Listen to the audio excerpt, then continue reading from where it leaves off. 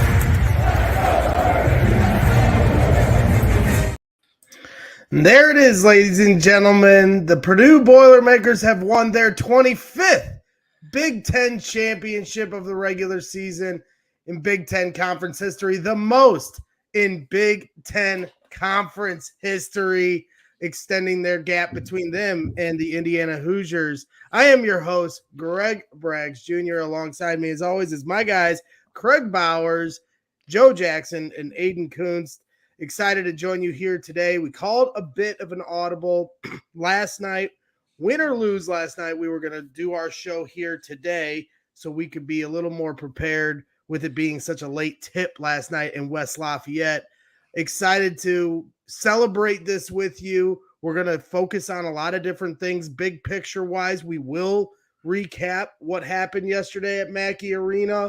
We're not going to steer away from that by any means, but at the same time, when your Purdue Boilermakers win their 25th Big Ten championship, that is going to be how we start this show and have our focus on the positive, because this is a team, guys, as we talked about early in the season, had zero expectations of getting to this point, and it's easy to get lost in elevated expectations as this team rose all the way to number one in the country, the fastest team to ever go unranked to number one in the country in NCAA history, and then go all the way to 22-1.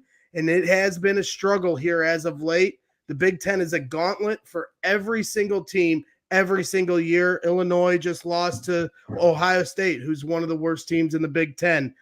This is how it goes in the Big Ten, and it can be a grind, but Purdue finds their way on top this season. 25 Big Ten titles. Craig, you've been following this team a long time. Wear your heart in your sleeve with these guys. What is your instant reaction to the Boilers, closing what, they fell short of last year, and now this year they get to celebrate? Yeah, obviously it's an amazing accomplishment. Purdue with 25 Big Ten championships now is 3 more than the next closest school, which is that unfortunate team from down south, which we'll talk about that game later. But still, obviously an amazing accomplishment. And as you said, coming into the season, and I'm on record, I originally picked Purdue to finish 6th in the Big Ten. So obviously exceeded all of my expectations coming into the year with 2 freshman guards starting. And a lot of minutes and a lot of points to replace. And I think we got to kind of recalibrate ourselves and look at the season from where we were coming in and what they've accomplished to this point.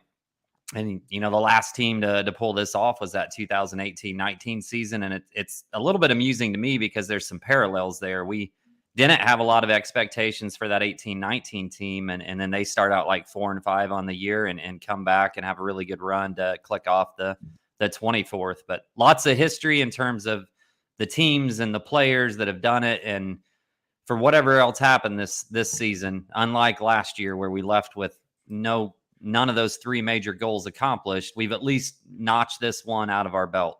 And the Big Ten, you look at last season to this season, the Big Ten's kind of a new thing now in terms of what this race is going to look like. The last year's winners had 5 losses. Purdue's at 5 losses now. It's going to be at least a 5-loss champion this year. But that's kind of where the parity in the league is at this point. Yeah, 100%.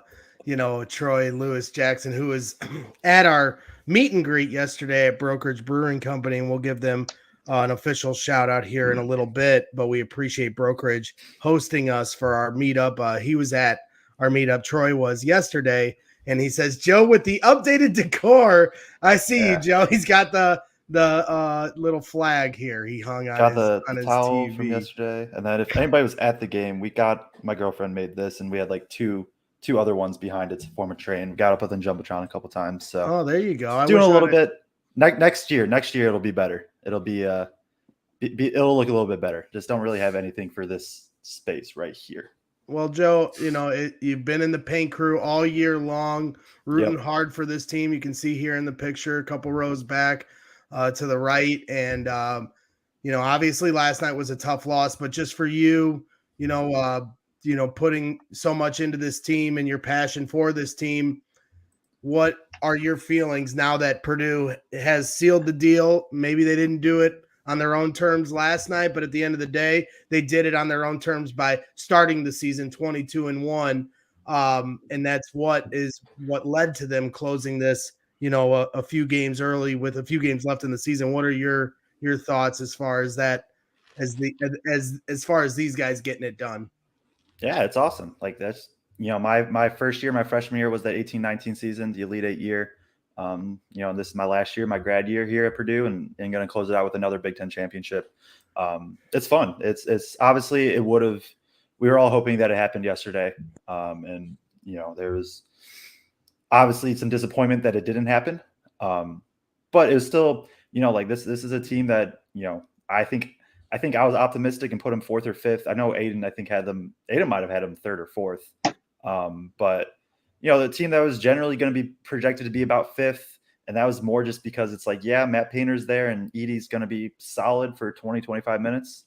Now it's a team that's 22-5 or something like that now. 24-5, sorry. 24-5, competing for a 1 seed in the NCAA tournament, Big Ten champs.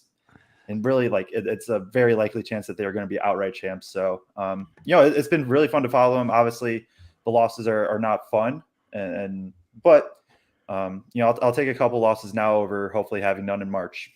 Yeah, and Karen Grulich, I hope I'm not butchering your name, Karen, but she says should not be satisfied with a share, but really proud of this team. Let's heap some love on these kids and let's get these last 2 games. And while obviously we all want to win this Big Ten outright, but last year Illinois and Wisconsin shared the Big Ten title. I'm sure Wisconsin didn't want to do that after they stormed the court and put up the podium with Barstool Big Cat with his big belly out there and celebrating, and then they had to share it with Illinois ultimately. But when history goes back and looks at this, they don't remember who shared. It just is another notch on your Big Ten championship belt. So at the end of the day, yes, they want to win it outright for bragging rights, but today is the day to celebrate a Big Ten championship. And we're going to do that here. So Aiden, your instant reaction to that news.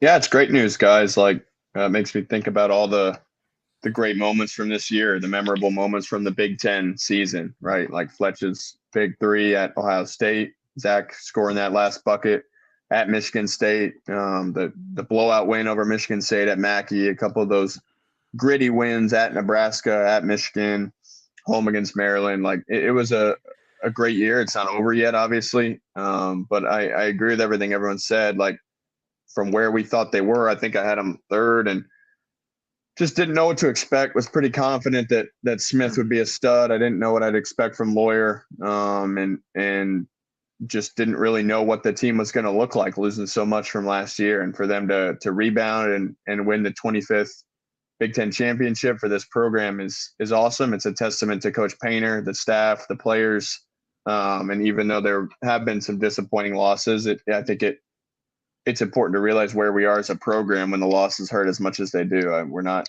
getting, losses feel, we really feel losses as a program right now. And I think some programs, can't say that. And right now, each loss really is crushing because of how good we are and because we're fighting for the razor thin, one line or all these different things that are high goals. It was a great year in the Big Ten, and awesome to add another one to the trophy case. Yeah, I mean, it's all about perspective at the end of the day, and we're going to try to bring that perspective on this show.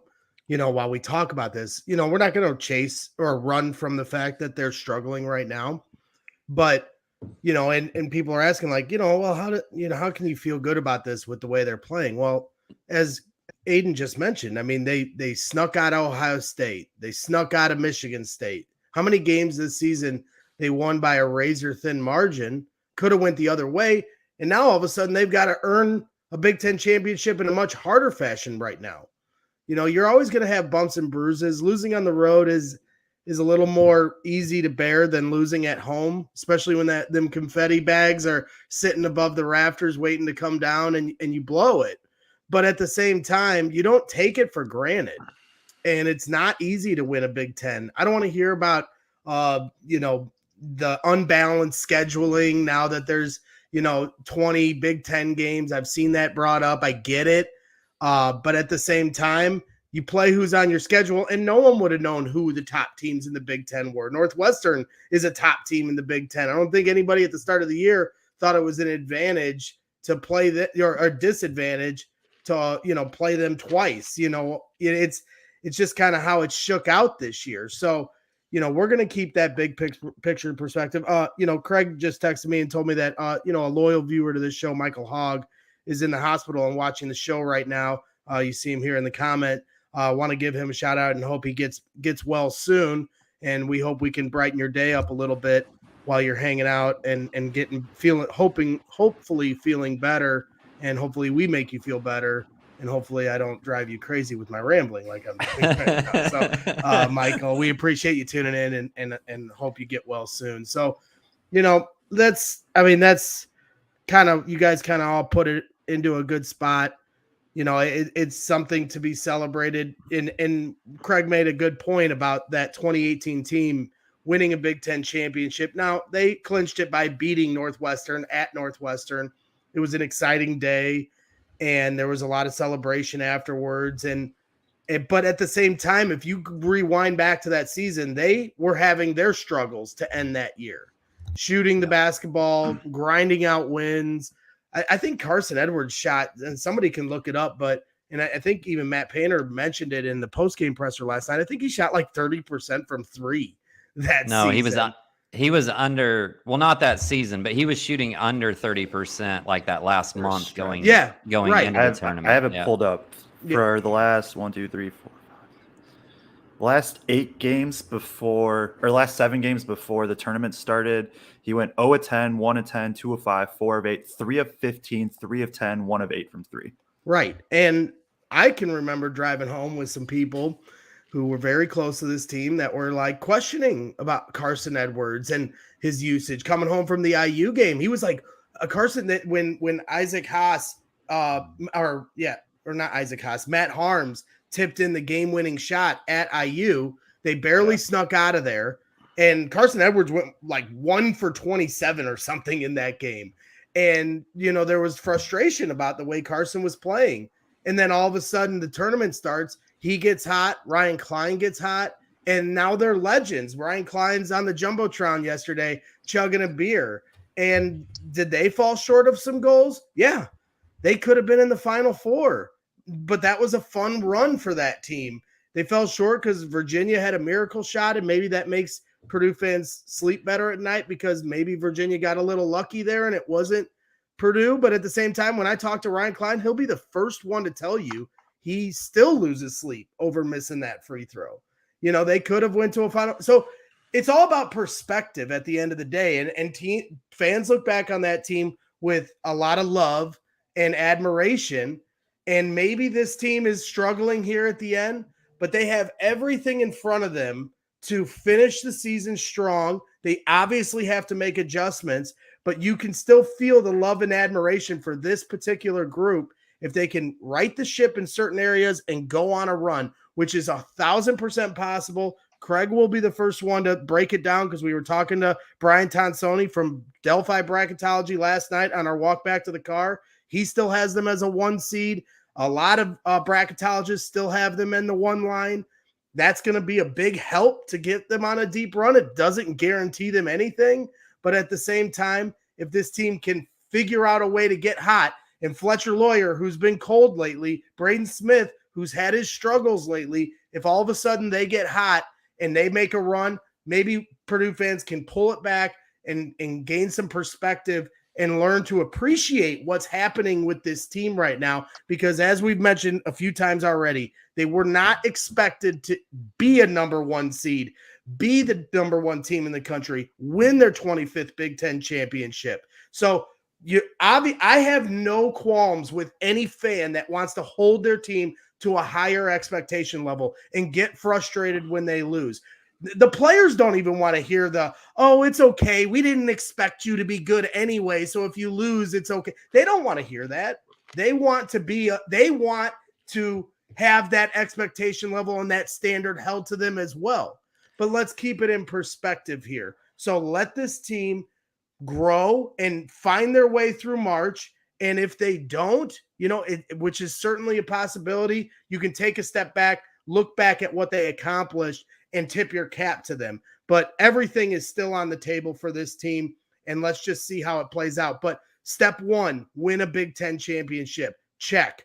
Now step 2, go to March, try to win the Big Ten tourney, which Matt Painter has said isn't the highest on his priority list when you don't need wins to get in the tourney, but they certainly aren't going to try to lose by any means. And then step 3, make some magic in March Madness. So I'm excited to see it. It's going to just come down to whether or not these guys can get hot. Yep, for sure. And to answer Michael's question real quick about that, the Big Ten doesn't do like a, head-to-head Northwestern beat us, so they win the Big Ten title or anything like that. It's because of the unbalanced schedule. It's just wins and losses, and if you're tied on losses, and you share the title. So I think that's what he was getting at with that question. So that's how they went ahead and clinched a share of the Big Ten at this point. And it's interesting to me, Braggs, you bring up the Big Ten tournament. And in most years, I hate conference tournaments. Like I'm usually the guy that's like, okay, win one so you feel good, so that it looks decent to the committee that you still won a game and then get out of there, get rested up for the national tournament. But this year, probably more than any other year, I'm actually putting a little bit more value on that Big Ten tournament because I think this team needs a couple of games to get right again. We've only got 2 games left in the regular season. So I think it'd be nice, and I'm kind of looking forward to see if they can put together a little bit of a run in that Big Ten tournament, just to get some things back on track in terms of shooting, and in terms of rotations on defense and things like that before they go in there. I also find it funny that the committee obviously doesn't place any value on those conference tournament titles.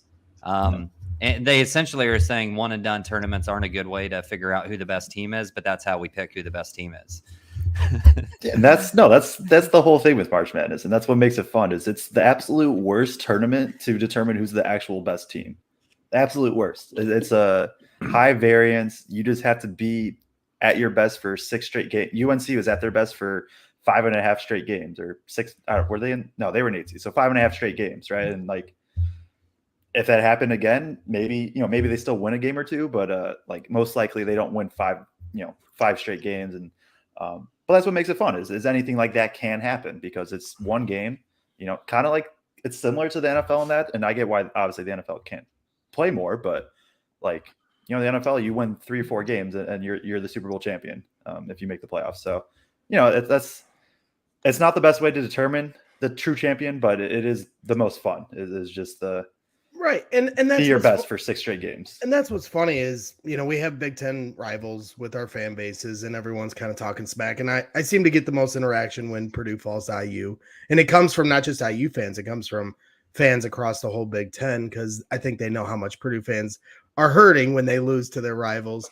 But I just found it funny. Like one of my bosses at CHGO is a Wisconsin grad, and he was going at me about, well, here's Purdue blowing it at the end again. And I was like, well, maybe we'll clinch the outright championship at your house this year on Thursday, unlike last year. And he was like, yeah, well, we're pretty used to it up there. And I go, you realize that Purdue has the most Big Ten championships of any team. And he was like, don't make me bring up Final Fours and national titles. And I'm like sitting there racking my brain as far as Wisconsin's success in late March. And I'm sitting there like, not one Big Ten team has been very successful in March Madness since Mateen Cleaves and the Michigan State Spartans. That was a long time ago. That Glenn Robinson was still playing in the NBA back then. Michael Jordan was still playing basketball back then. The Big Ten still has a lot of work to do as a conference to do better in March Madness. Going deep in the tourney is certainly an achievement, but none of us have won a national title in a long time. But what you can go off of, and this is what I told him, his name's Kevin Kadick, I go, Purdue has the most Big Ten championships. They have a winning record against every single team in the Big Ten, and that will only hold true for like one more year until UCLA and USC come in. I don't know what their head-to-head records are against those teams, so that's a little frustrating. But as of right now, they have a winning record against every single team in the Big Ten, ever. That's a pretty impressive feat. And I guarantee there's not one other team, probably in any other conference, maybe Kentucky, I don't know, that can say that. Kansas, okay. That's pretty good company to be in. Kansas has a winning record against every team in their conference, and so does Purdue. So yes, do they have a dragon to slay in March? 1,000%. They got a couple dragons to slay, getting to the Final Four, winning a national title. But don't sell short the success of this Purdue men's basketball program. Yeah, 100%. I don't got too much more to add there, but yeah, no, it's a big feat. As you were talking, I did go back. Wisconsin has not made it out of the first weekend since 2016. And then obviously the year before that was the Kaminsky year where they lost in the championship. So, no real success there. Illinois hasn't been to a Sweet 16 since 2003.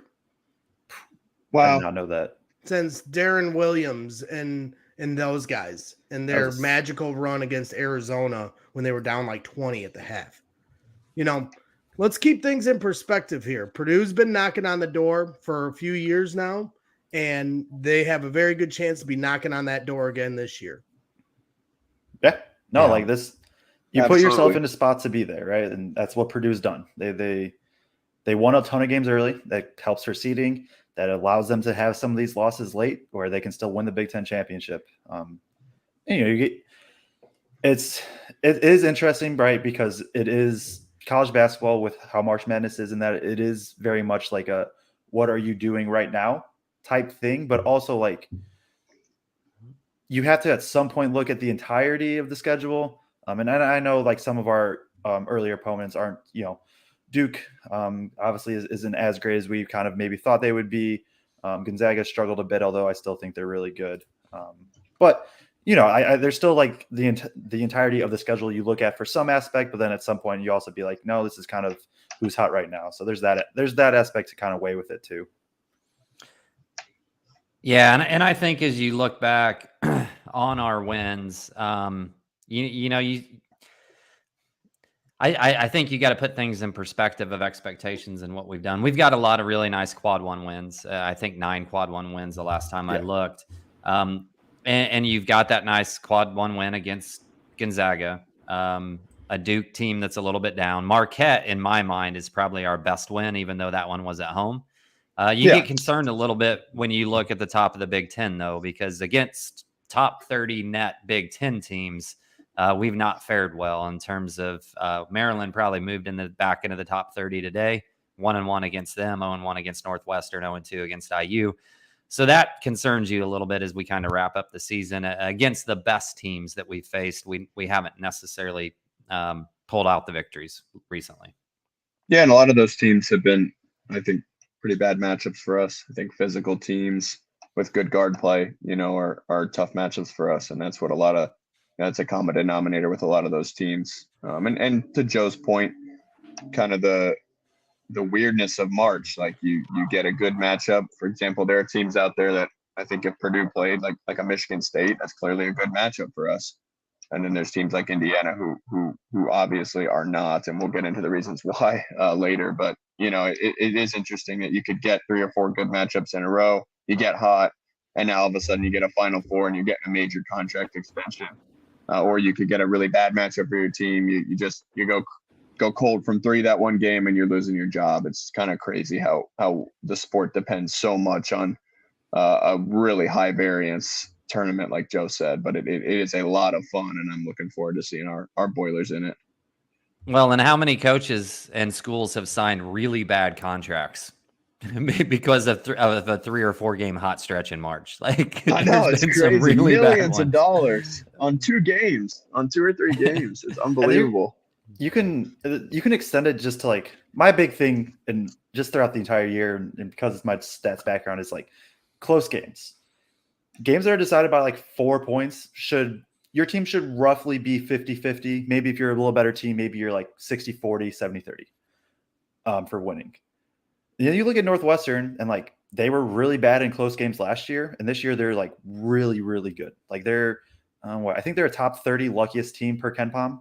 And that's not like saying that they're bad per se. It's saying like based on just kind of how they have played, like, hey, they're supposed to probably have lost a little bit less or a little bit more. I mean, and so you went from Collins, like they have all these bad bounces, and he's like on the hot seat to they have all the good or a lot of good bounces this year, and now he might be Big Ten Coach of the Year.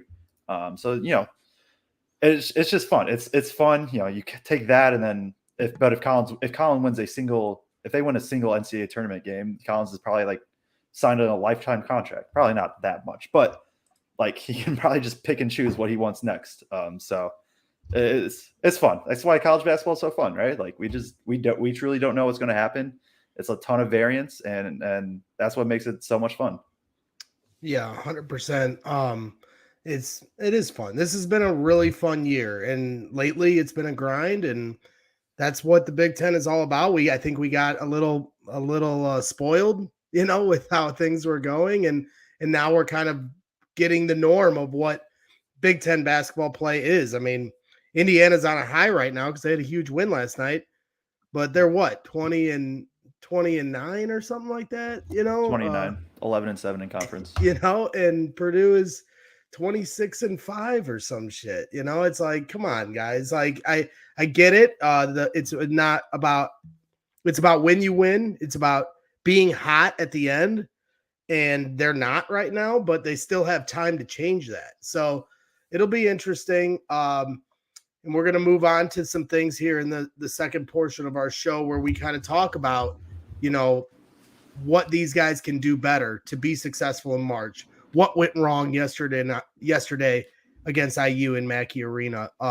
So we're going to get to some of that stuff, but we wanted to start this show in a positive fashion, talking about Big Ten champs. Yeah, Big Ten champs. Boom. And Copper Top, 1985, a great year. I was born that year. The Bears won a Super Bowl that year.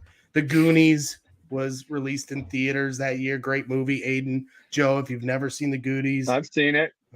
Joe hasn't. Stop everything you're doing, Joe, and watch The Goonies. But I am going to cheers to the championship. I don't know if Craig's got a beer nearby. Aiden's got water. So cheers to you guys. He's got a big gulp. Copper Top, cheers, Big Ten champs. Boiler up. So before we move on to the next portion of our segment, I do want to give a shout out over to our guys at FanBags. We didn't start the show with it because I wanted to have a nice clean championship opening for our crew. So I just want to say the Big Ten champs The Purdue Boilermakers are brought to you by Fanbags Cornhole, Chicago's official supplier of professional cornhole boards and bags. Choose from any of their officially licensed designs or have my boy Brian design a custom set using anything from a selfie to your company's logo. Visit www.fanbagscornhole.com and use the promo code BRAGS to get 10% off your entire order. That's www.fanbagscornhole.com and use the promo code BRAGS for 10% off. Step up your game with Fanbags Cornhole.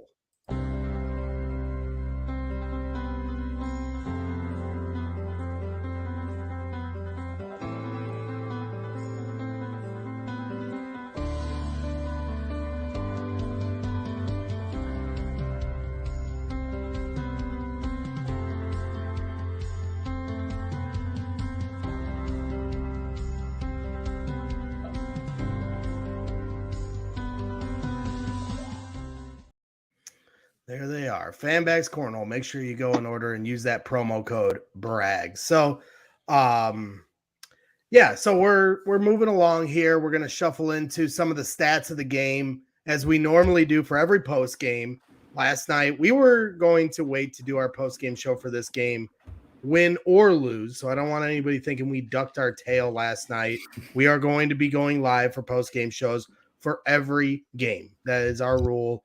But last night, being that it was such a late start, late night, late press conference, and had they won, it would have been even later for all those things. We did not want to schedule something that would have had us up till 1 a.m. and then I'm driving all the way back, an hour and a half to the region. So I'm sorry, Troy Lewis stayed up waiting for our post-game show. And we tried to notify, but we were kind of hanging in the balance as far as making a decision on it, and we just kind of felt it was more appropriate to wait for today because we did have a feeling that Purdue would clinch a Big Ten championship today. So instead of doing 2 shows in 14 hours, we just figured do the one right then and here. So here it is. Here's where the bodies are. Here's where we buried the bodies with the Purdue IU game. IU just completely handled Purdue in almost every fashion. Jalen Hood-Schifino putting on a show with 35 points on 14 of 24 shooting. IU shot 51% from the field on 31 of 61 as a team.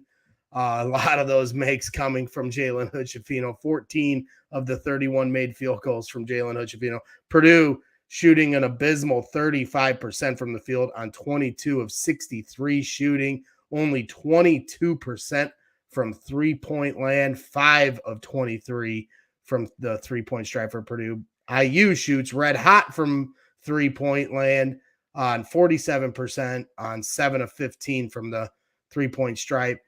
Free throws, this is certainly somewhere that the game was changed in a lot of ways because Purdue outshot IU in free throws with 33 free throw attempts, but they only shot 22 of 33 on 67% from the free throw stripe.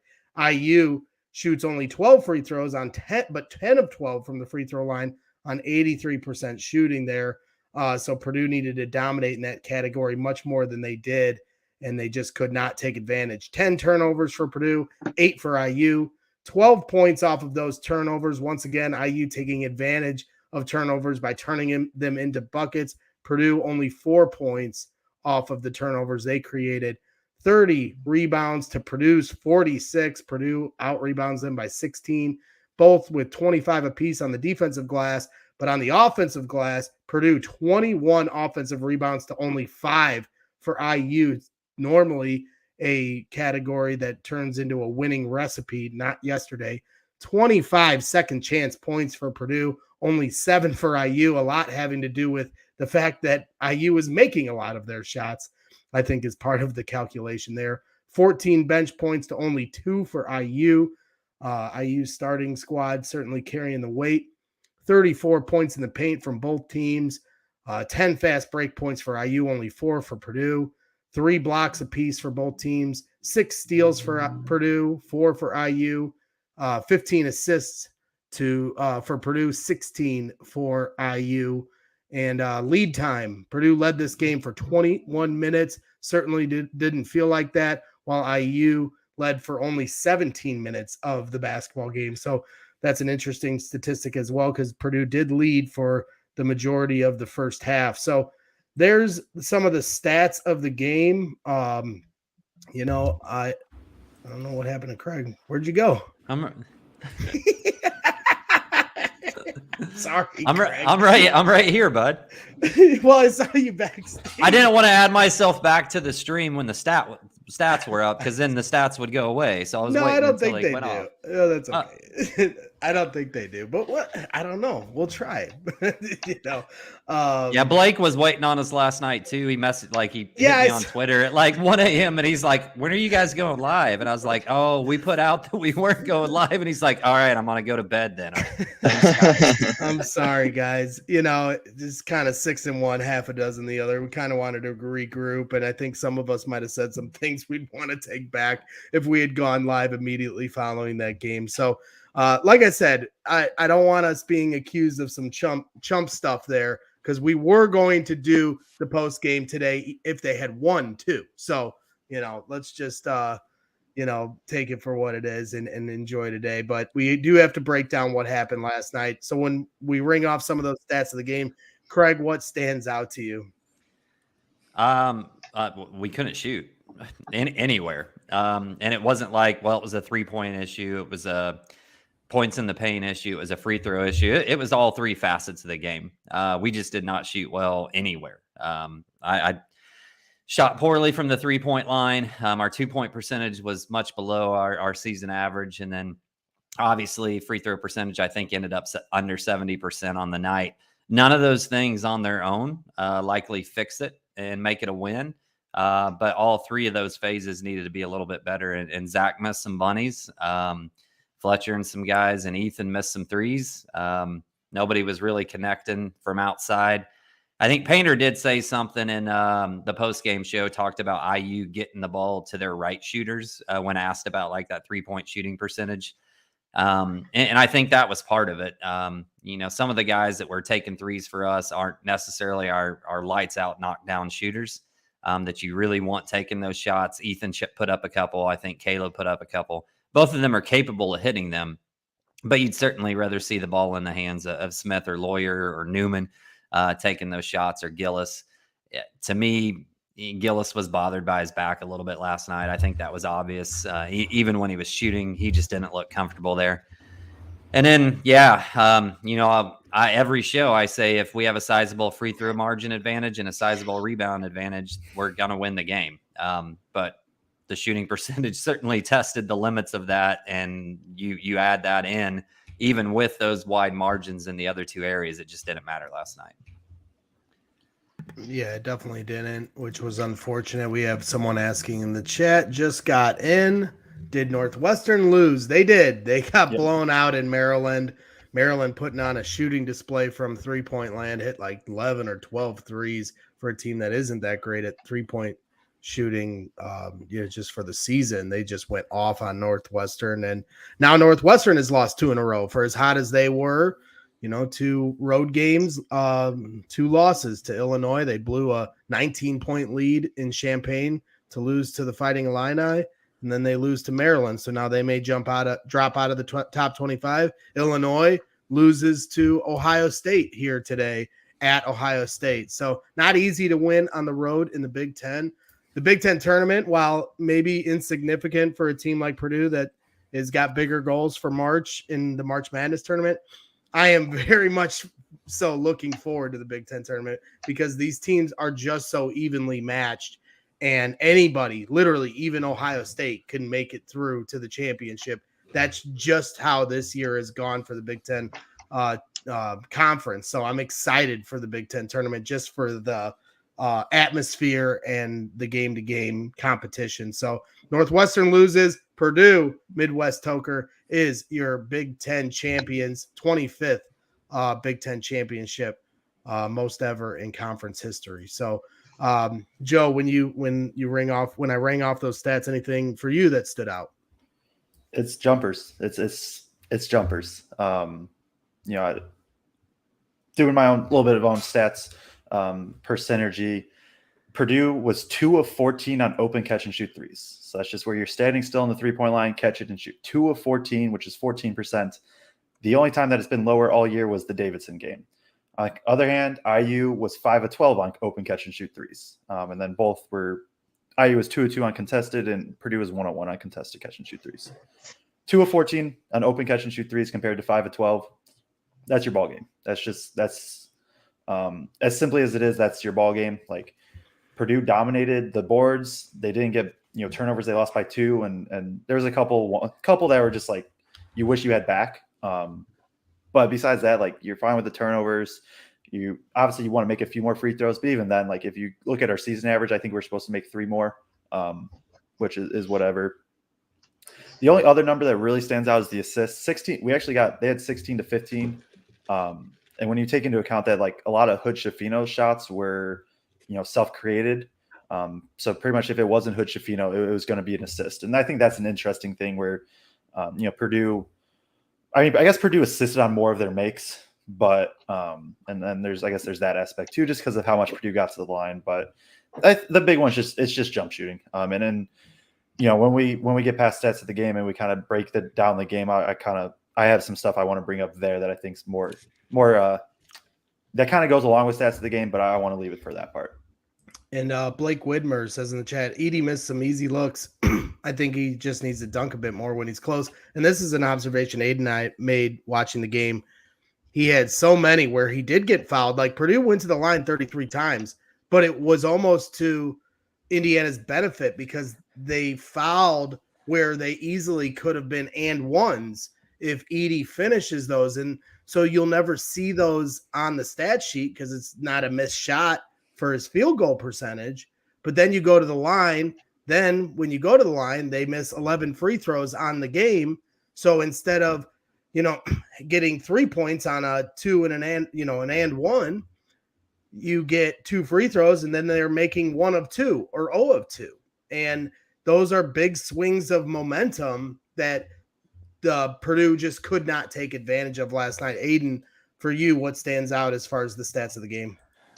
Yeah, it's obviously pretty similar. I will say that the number 12-0, that 12-0 run that IU had just in the beginning of the second half, I think that was huge, obviously, to kind of take control of the game.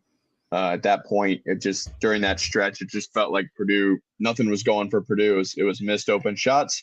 It was shots you would say are fairly good looks for Purdue, but they just weren't going down. And I think the other number would be 23 fouls by IU. And I want to highlight that because they were hard fouls, man. And I think they did an awesome job of fouling us really hard around the rim and preventing some of those and ones. It wasn't just Edey, although he had probably 5 to 10 instances where he probably could have finished an and one and just didn't.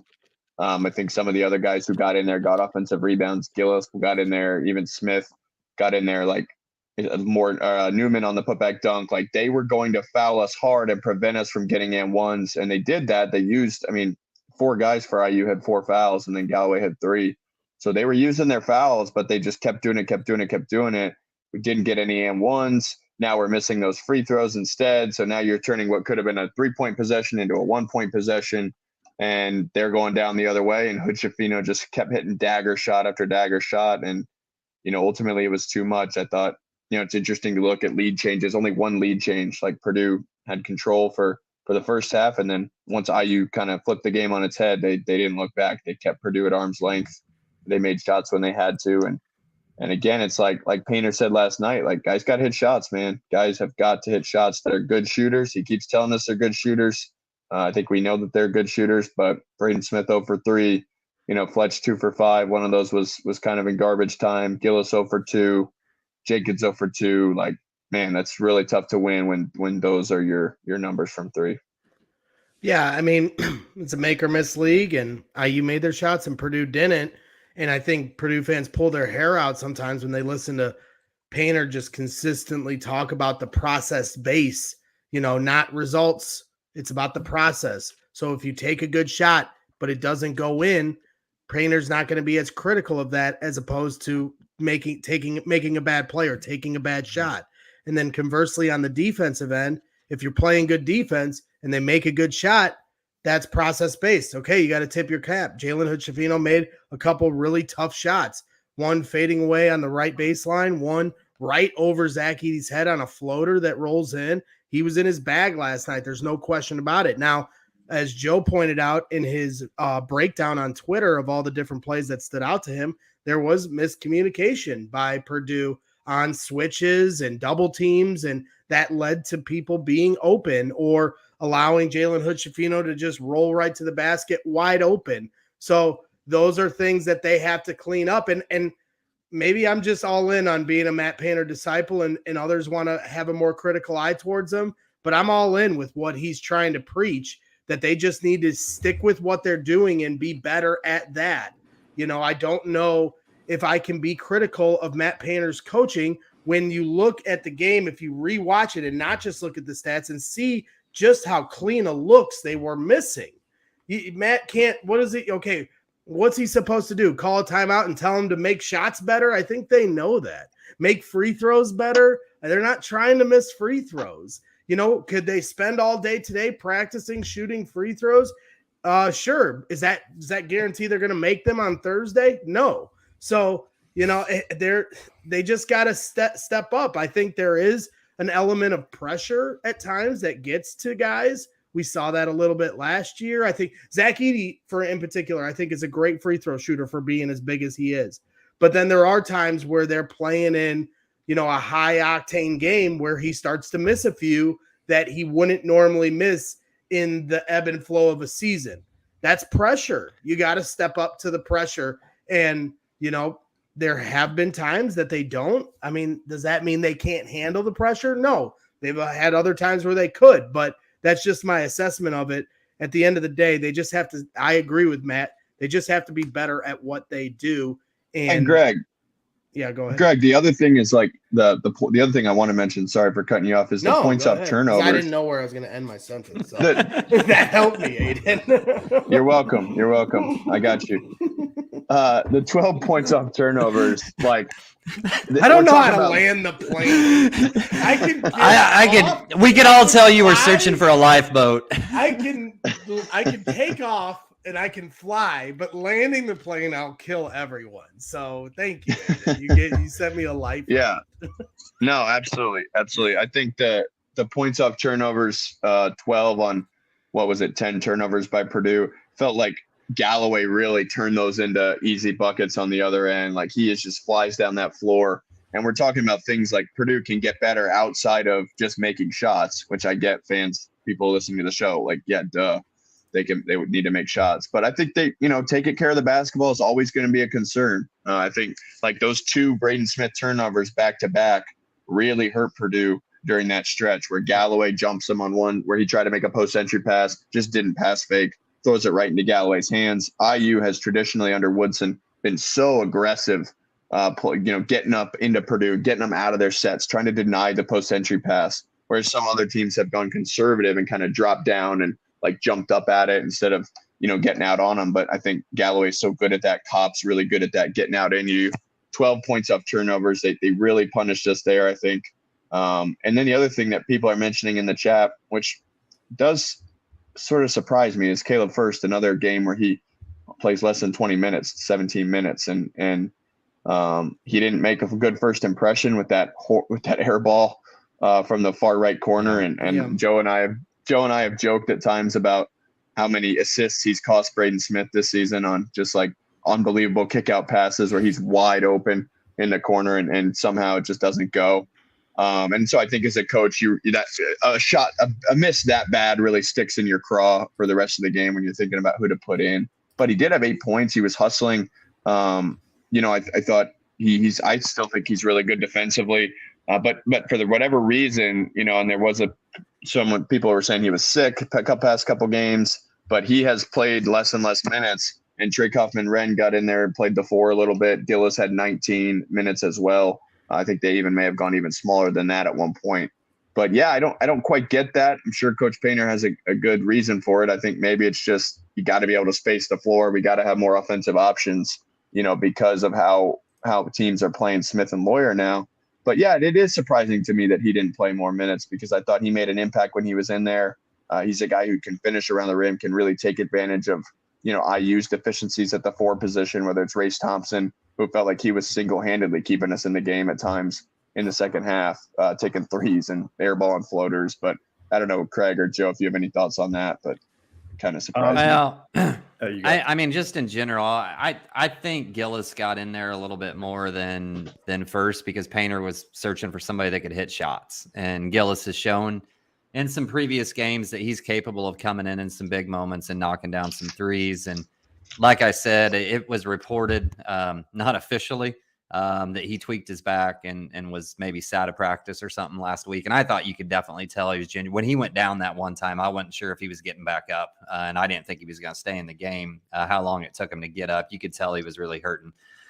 So I thought, and then I think when TKR comes in there, because IU plays Race and plays, or maybe the other guy was in. What's the big guy for IU? Renew. Yeah, maybe Renew and TJD were both in at that time. I'm not sure, but you can go to that TKR Edey matchup and not necessarily lose anything defensively right there. And I think he was searching for, well, maybe TKR can get something going from the post, because nobody could hit shots last night. And I think he was really just reaching and searching at that point in time. But IU's done some really good things, and every analyst at the beginning of the year basically said you beat Purdue by constantly putting Zach in pick and roll. And to me, as we've watched this season progress, there's really 2 ways you can attack Purdue. One, and I put this out on Twitter late last night. We've seen teams that really get up into our guards, pressure our guards, make it super hard to get Zach the ball by preventing an easy look in for the pass before Zach gets a touch, and forcing turnovers for easy transition points. And I think the Maryland game, Northwestern game, Rutgers game, that's kind of how they attacked us and beat us, by their defensive pressure on our guards. The other way is if you've got a big NBA athletic size guard that can constantly hurt you in pick and roll and hit the mid-range shots that Painter has proven he's going to allow those teams to take by putting Zach in drop coverage coming off of that. The difference with IU is they have an All-American center underneath. So normally Zach will take an extra step or 2 up on that mid-range shot and make it even more difficult.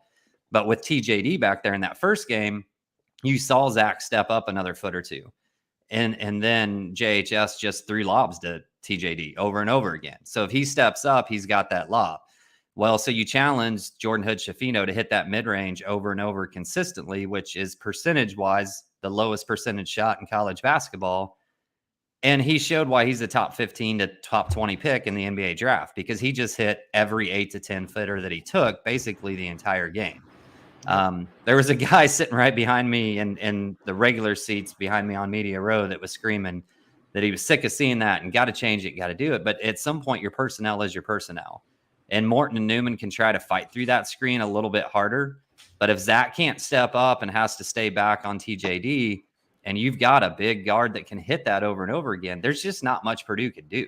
If you were going to draw up a team offensively to attack Purdue's defense on paper, IU is essentially like that. That is the team you would draw up. NBA size guard that consistently hits mid-range, big center that's really good behind him that Zach has to stay back on, and 2 guys that shoot 40% from 3 on the wings to kick to. And there's not that many teams in the country that have that makeup, though. And Matt Painter's playing the analytics, right? With that, he's saying, I don't want you, I'm not going to go under because I want to force you into taking that tough long 2-pointer. In the NBA, if you take a long 2-pointer, that's frowned upon. You either take threes or you go to the rim. There's some players that are still mid-range guys, but very few. The days of Michael Jordan posting you up on the elbow and backing you down and fadeaway or Kobe are gone. You're either taking a 3, sometimes from the logo, or you're going to the rim. And to me, Painter's playing the numbers. He's going to give you that 2-point shot because A, it's a tough shot, and B, if you make it, it's only 2. And, but I would like to just challenge Joe here on this because, like Craig says, and ultimately I agree with him, where your personnel is your personnel, and they are always going to play drop coverage with Zach Edey. But on one of the plays in your breakdown thread, excuse me, one of the plays in your breakdown thread, Zach Edey did step up and deny Jalen Hood-Schifino the shot. Then he tries to pull it back, and Zach actually comes all the way out to the three-point line on him.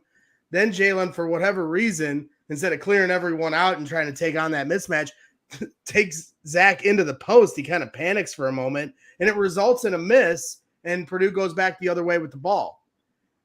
I mean, so in that moment, Zach did step up on the, the pick and roll instead of dropping back. Is that something Zach could do more of to try to just throw off the other team instead of giving them that same look over and over? Because I think that was part of it. Jalen got hot, and so he's feeling comfortable, but he's seeing the same look over and over. To me, that was the one time where they threw something different at him, and it threw him off, and he missed the shot.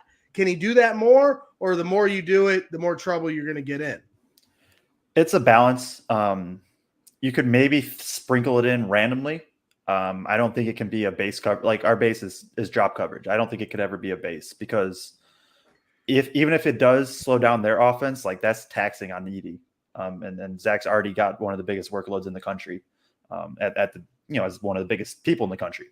But yeah, no, like, and it's also a little different. Like I would have been intrigued if they did that at like 17 minutes left in the second half. Right. And so that was like, if I remember, there was like 3 minutes left in the second half and down 10 already. And it's just kind of like, you just kind of throw stuff out there. I feel like at that point, but I obviously Edey's not like an elite perimeter defender, and I'm not about to say that, but like Edey does better than I think people give him credit for. And I've kind of been saying that all years. Like if you move off ball on Edey, like if he gets like the one that, the one that I think sticks in my mind, and I would assume a lot of people's, is the MSU game, the first one. Walker gets Edey switched, passes, he drifts to the corner, and Edey just got completely lost. So there's that, and I think if you can do that, then sure. And the ones that can kind of move side to side more, or can change speed really well, they can give Edey issues. But like the ones that drive straight at Edey really just don't have success, and that's kind of what happened on that one. But I don't think it can be more than sprinkled in randomly throughout, at most, and then maybe you go to it more down the stretch. If like in a 2-minute game or whatever, like if it's really tight, maybe you do. But I don't think it'll be consistent. And so, I think we've hinted, we've all kind of mentioned this, but I have the numbers. So there's a thing called shot quality. Basically what it does is it, takes each team's shots, and it's saying, if this is played infinite amount of times or a million times, whatever, here's your average score of like, if this game was played over and over again with the exact same shots. The shot quality was 87-71, a Purdue win. And that was kind of what my eyes told me yesterday, to be honest. And I was hoping that the numbers somewhat backed me up. Hood-Schifino hit tough shots consistently, and Purdue missed wide open shots consistently. And IU missed a couple too. There's definitely that too. And I think whoever brought it up earlier of, I think it was you, Craig, of wanting to get it in the shooter's hands. I think that's a little bit like first was 0 for 2 and Morton was 1 for 4, but like there was, the one Hood-Schifino hit a 15-foot actual floater, not a jump shot, a floater, where Edey basically gave him a high five at the top. What are you supposed to do about that? Or Hood-Schifino hit, I don't know, 3, 4, 5, 17, 18 footers where there's an outstretched hand right there. And like, I think there are things obviously to do in general. And this is not, don't take this as an excuse of like, we should have won. Like you still have to execute and you still have to play hard. It's not like a, excuse for that. But it's also like, if you're staying process based, like Painter wants, like you got the shots you want. You just have to hit them, and then maybe you tweak a little bit defensively to try to, especially once Hood-Schifino gets hot. But I'm not a coach, so I don't know. And that's what honestly, if I ever get an interview Painter, that's what I'd want to ask is like, how do you balance trusting your process compared to like Hood-Schifino got hot where he's hitting all the shots that Purdue wants to give up? Like, how do you balance that between like, okay, we have to figure out something for this guy? Because I think it's an interesting topic. I don't have an answer, and he said it in his presser.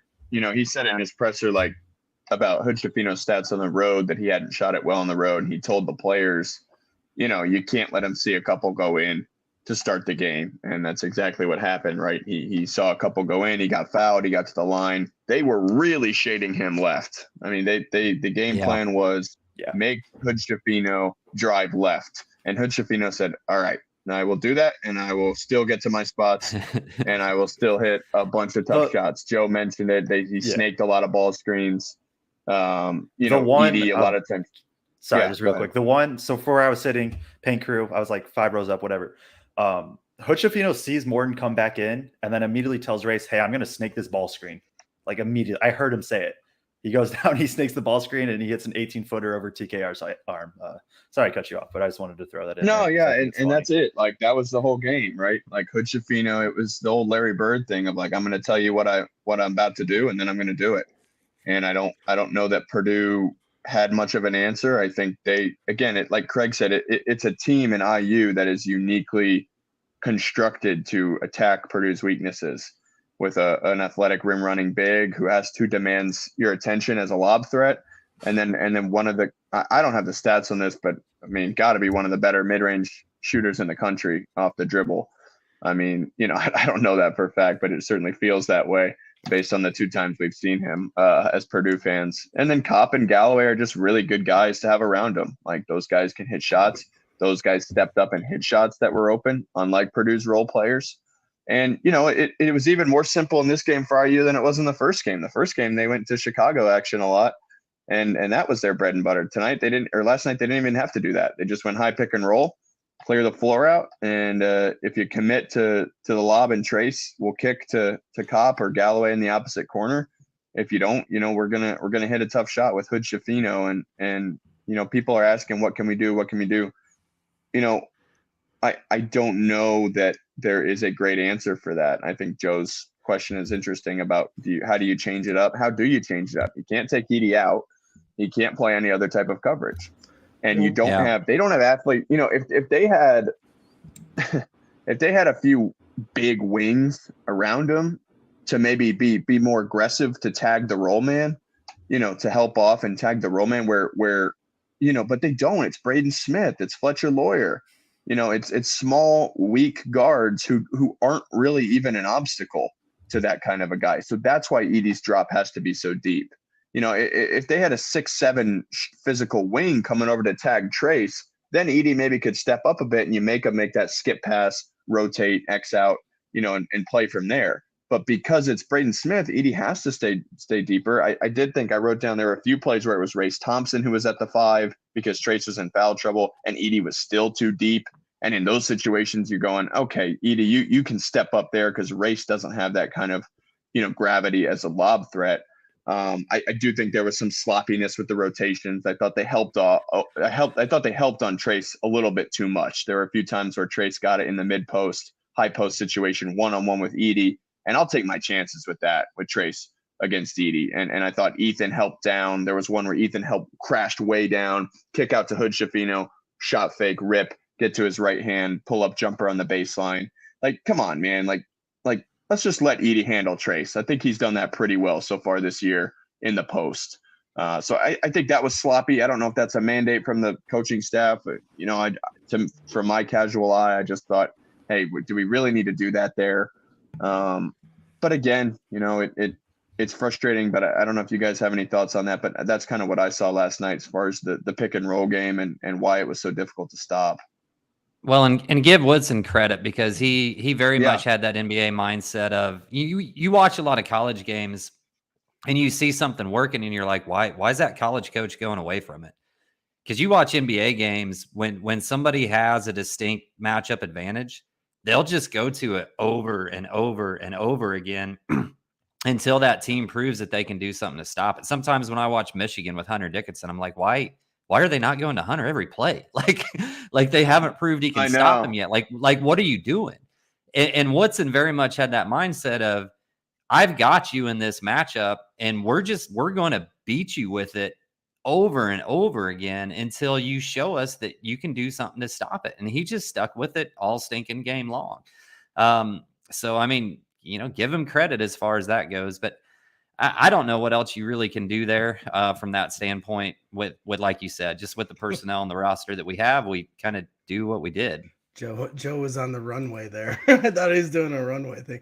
Well, and then the other aspect too, and we have some of some of these in the chat throughout the show today that we've highlighted. We're going to touch on them, but I want to touch on this one first before we go to a commercial break, because it has to do with what we're talking about with Jalen Hood-Schifino. And he said, Shara Klasner says, did Hood-Schifino have a great night on the road because he's great, or was it a problem in the defense? And Matt Painter said after the game, in Bloomington, when they played at Assembly Hall, Jalen Hood-Schifino gave Purdue a lot of problems going right. So they wanted to try to take him off from going right. And he went left and still beat them anyway. And Matt Painter said he kind of showed everybody that he could do that yesterday. And he has struggled on the road. But once a player gets hot, like Matt said also last night, you can throw all those stats out the window. And that applies for Trey Galloway and Miller Kopp. Miller Kopp's kind of their X factor in my eyes, because there's games where he disappears and he only has 1 3-pointer and 4 attempts. And then he has other games where he scores 12 to 15. And it's a little bit of a backbreaker as their, third or fourth or, scoring option. And when he's doing that, when you've got Trace Jackson Davis doing what he's doing, Jalen Hood-Schifino doing what he's doing, now all of a sudden Purdue's got to match that with other role players of their own that are making plays. So Jalen Hood-Schifino is a great player who's going to be a first-round pick in the NBA, depending, it'll be interesting to see where he gets picked, but he's certainly talented. Thank God he can finish the season strong for all I'm concerned, because now he and Trace Jackson Davis are going to be gone, and good luck to IU. And Race and Kopp. And so there's one other, I think. Oh, and Johnson. I know he's hurt. Johnson. They will not when Johnson's healthy, they won't return anybody from their starting five. So good luck replacing those guys. I know IU certainly can recruit. I'm not saying they can't get guys in portal and all that, but those players are really good, and it's not easy to duplicate that. So, you just got to tip your cap at the end of the day. But yes, there were things Purdue could have done better, but at the end of the day, he got hot. And once you get hot and you started to try to make adjustments, he's still hitting shots on you. So that's basically where we stand. So before we get some more of the, go ahead, Craig, before we go to the commercial. A lot of people in the chat are bringing up Newman on him. So I just wanted to address that really quick. I did think Newman brought a little bit more physicality against him. Yep. In the second half. In the second half, especially. And he got some more run when he did that. But nobody was doing a great job stopping him. Yeah, he did kind of shut him down for a 2 or 3 minute stretch there, but JHS does such a good job when he comes around that pick and roll too, of getting a defender on his hip and then kind of doing that little crab dribble action that we saw Jaden try to do quite a bit last year, and then just put him in jail. Just waiting for him and then rising up, and there's nothing you can do about it. But Newman did give some good minutes there, and I understand why some fans are like, why didn't we go to that sooner? That's a good question. Well, and let's just do the commercial break, because that is one guy we are certainly going to focus on, because there's a lot of people on Twitter and in our chat trying to suggest that Brandon Newman, we always keep coming up with the new guy that should be in the starting lineup. And I think people are starting to get to their end with Fletcher Lawyer and Ethan Morton and looking at solutions to the lineup. And I think some feel Brandon Newman could be that solution with how hard he has been playing pretty much since the Northwestern game, and you got to give him credit there. So we will. But before we do, certainly want to give a shout out to our sponsors here across the board. With Shire Insurance is certainly one of those guys. My guy Troy, being a big supporter of what we do here. So as life changes, your insurance needs change. Shire Insurance in Crown Point, Indiana, representing auto owners insurance, has been helping clients with their changing insurance needs for over 25 years. As an independent agency, we love working with auto owners to provide excellent service to our clients. Buying your first home, start with Shire. Expanding your business, start with Shire. Your teenage driver passed the driving test and you're worried about the increased cost in auto insurance, start with Shire. The first baby is on the way and you want to reassess your life insurance, start with Shire. Whatever your insurance concern or need, we are ready to help make those things easier for you. Call 663-7274 or search online to start with Shire, or visit www.shireinsurance.com. You've dreamed about the perfect house, a place to call your own, and a place to not only stretch out, but to grow. Auto Owners protects your house because to you, it's home. That's simple human sense. Ask Shire Insurance Services, serving Indiana, Illinois, and Michigan, if auto owners make sense for you. Happy to help, man. I was just over there talking to myself anyway. There it is. Start with Shire. We also want to give a shout out to our guys over at Mad Mushroom Pizza. They were big in our efforts yesterday with our meetup. We supplied some really good food and cheese sticks, brought a few home for the family. Mad Mushroom Pizza, the best pizza in the game, the best cheese sticks in the game. Use the coupon code BITS for 15% off any order you make. BITS stands for Boilers in the Stands, of course. So make sure you use that coupon code for 15% off any order for the best pizza in the game and the best cheese sticks in the game. Mad Mushroom Pizza. So I'll be doing that tonight. There you go. It was good eats yesterday at Brokerage Brewery. We'll end the show giving them a shout out. I'm going to probably send you over a picture of all of everybody that showed up. Joe, I'll probably send it to you so we can try to load it here in the chat so we can show everybody that showed up. Craig, and habitual Boiler of Boiler's Twitter fame, really did a great job putting that together. And it was a lot of fun meeting some of the people that are a big supporter of what we do in person. So, I wish we could have even spent more time with them because it was a lot of fun chatting it up with those guys. So we're going to do more of those meetups in the future for sure and try to give you a little more notice and organize it as best we can so we can meet as many of you supporters as we can. So, like I said, we're going to get to some of these starred comments here, some people that had questions or comments, and then I want you guys to react to them, and we'll start to try to circle the wagons on this show. Mad says, any comments on the allegation that your Fletcher lawyer article cursed him, Joe, or some are asking about this? Did you jinx Fletcher lawyer? I didn't know. Well, that's a good friend of mine, so he's just messing with me. But I did look back, and my article about Fletcher lawyer came out January 18th, and he hasn't really had many good games since. So. Way to go, Joe. Way to go. So now you need to reverse jinx it by putting out another article about Fletcher's struggles, is what I think Mad says is saying. There you go. I'll do that this week. Okay. So to stick maybe with some of the Fletcher stuff, I'll try to get into some of the Fletcher comments that we've highlighted. Gentry BN says, has anyone been to a Purdue practice? Does Lawyer hit like 75% from three in practice or something? I'm baffled why he plays so much. Aiden, what do you think there on that? Yeah, well, I have been to a few practices. I'd say he hits even more than that. Probably would be a even higher percentage than that. And I'm wondering if you watched, the first the non-conference slate with Fletch, because I think that kind of showed, and even into Ohio State, why he plays as much as he does. I get it. He's really struggling. I think opponents have ramped up the physicality on him. I think he's seen, I think the schedule's gotten more difficult. I mean, I think he's seen more bigger, longer defenders, and he's really struggling. He really, right now, he cannot finish inside of the paint. He really is struggling to do that. I thought last night he took some positive steps towards that. He had a nice drive and finish at the rim that was reminiscent of some of the things we saw earlier in the season, but he still takes a lot of tough shots. He doesn't make it easy on himself because he falls away and throws up floaters that just frankly aren't great shots. And he's trying to shoot himself out of the slump. And I get that. But I certainly hear you as to why, you would want to not see him play as much. But my question for you would be, who's the better option? I mean, I get the Newman stuff. He's gives you nothing off the dribble. They have to have guys who can put pressure on the rim. And right now, Fletch can still do that to some extent. He hasn't been making the shots. But again, I think you just kind of ride with your guy. Like, this was the guy who got us to the #1 ranking. And although he has been struggling, I think you gotta stick with him. He's struggled on defense at times, in the recent games. But again, I think you stick with him. I had no problem with him playing 35 minutes last night. You guys can disagree with me. I had no problem with that whatsoever.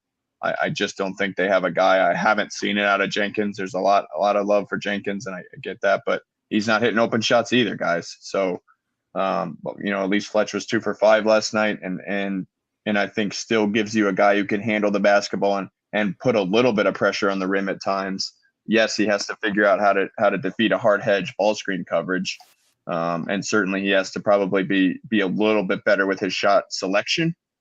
But again, I thought last night we saw some positive steps. First half, shot fake, 2 dribble pull up. That's his shot. That's a great shot for him. He knocks it down.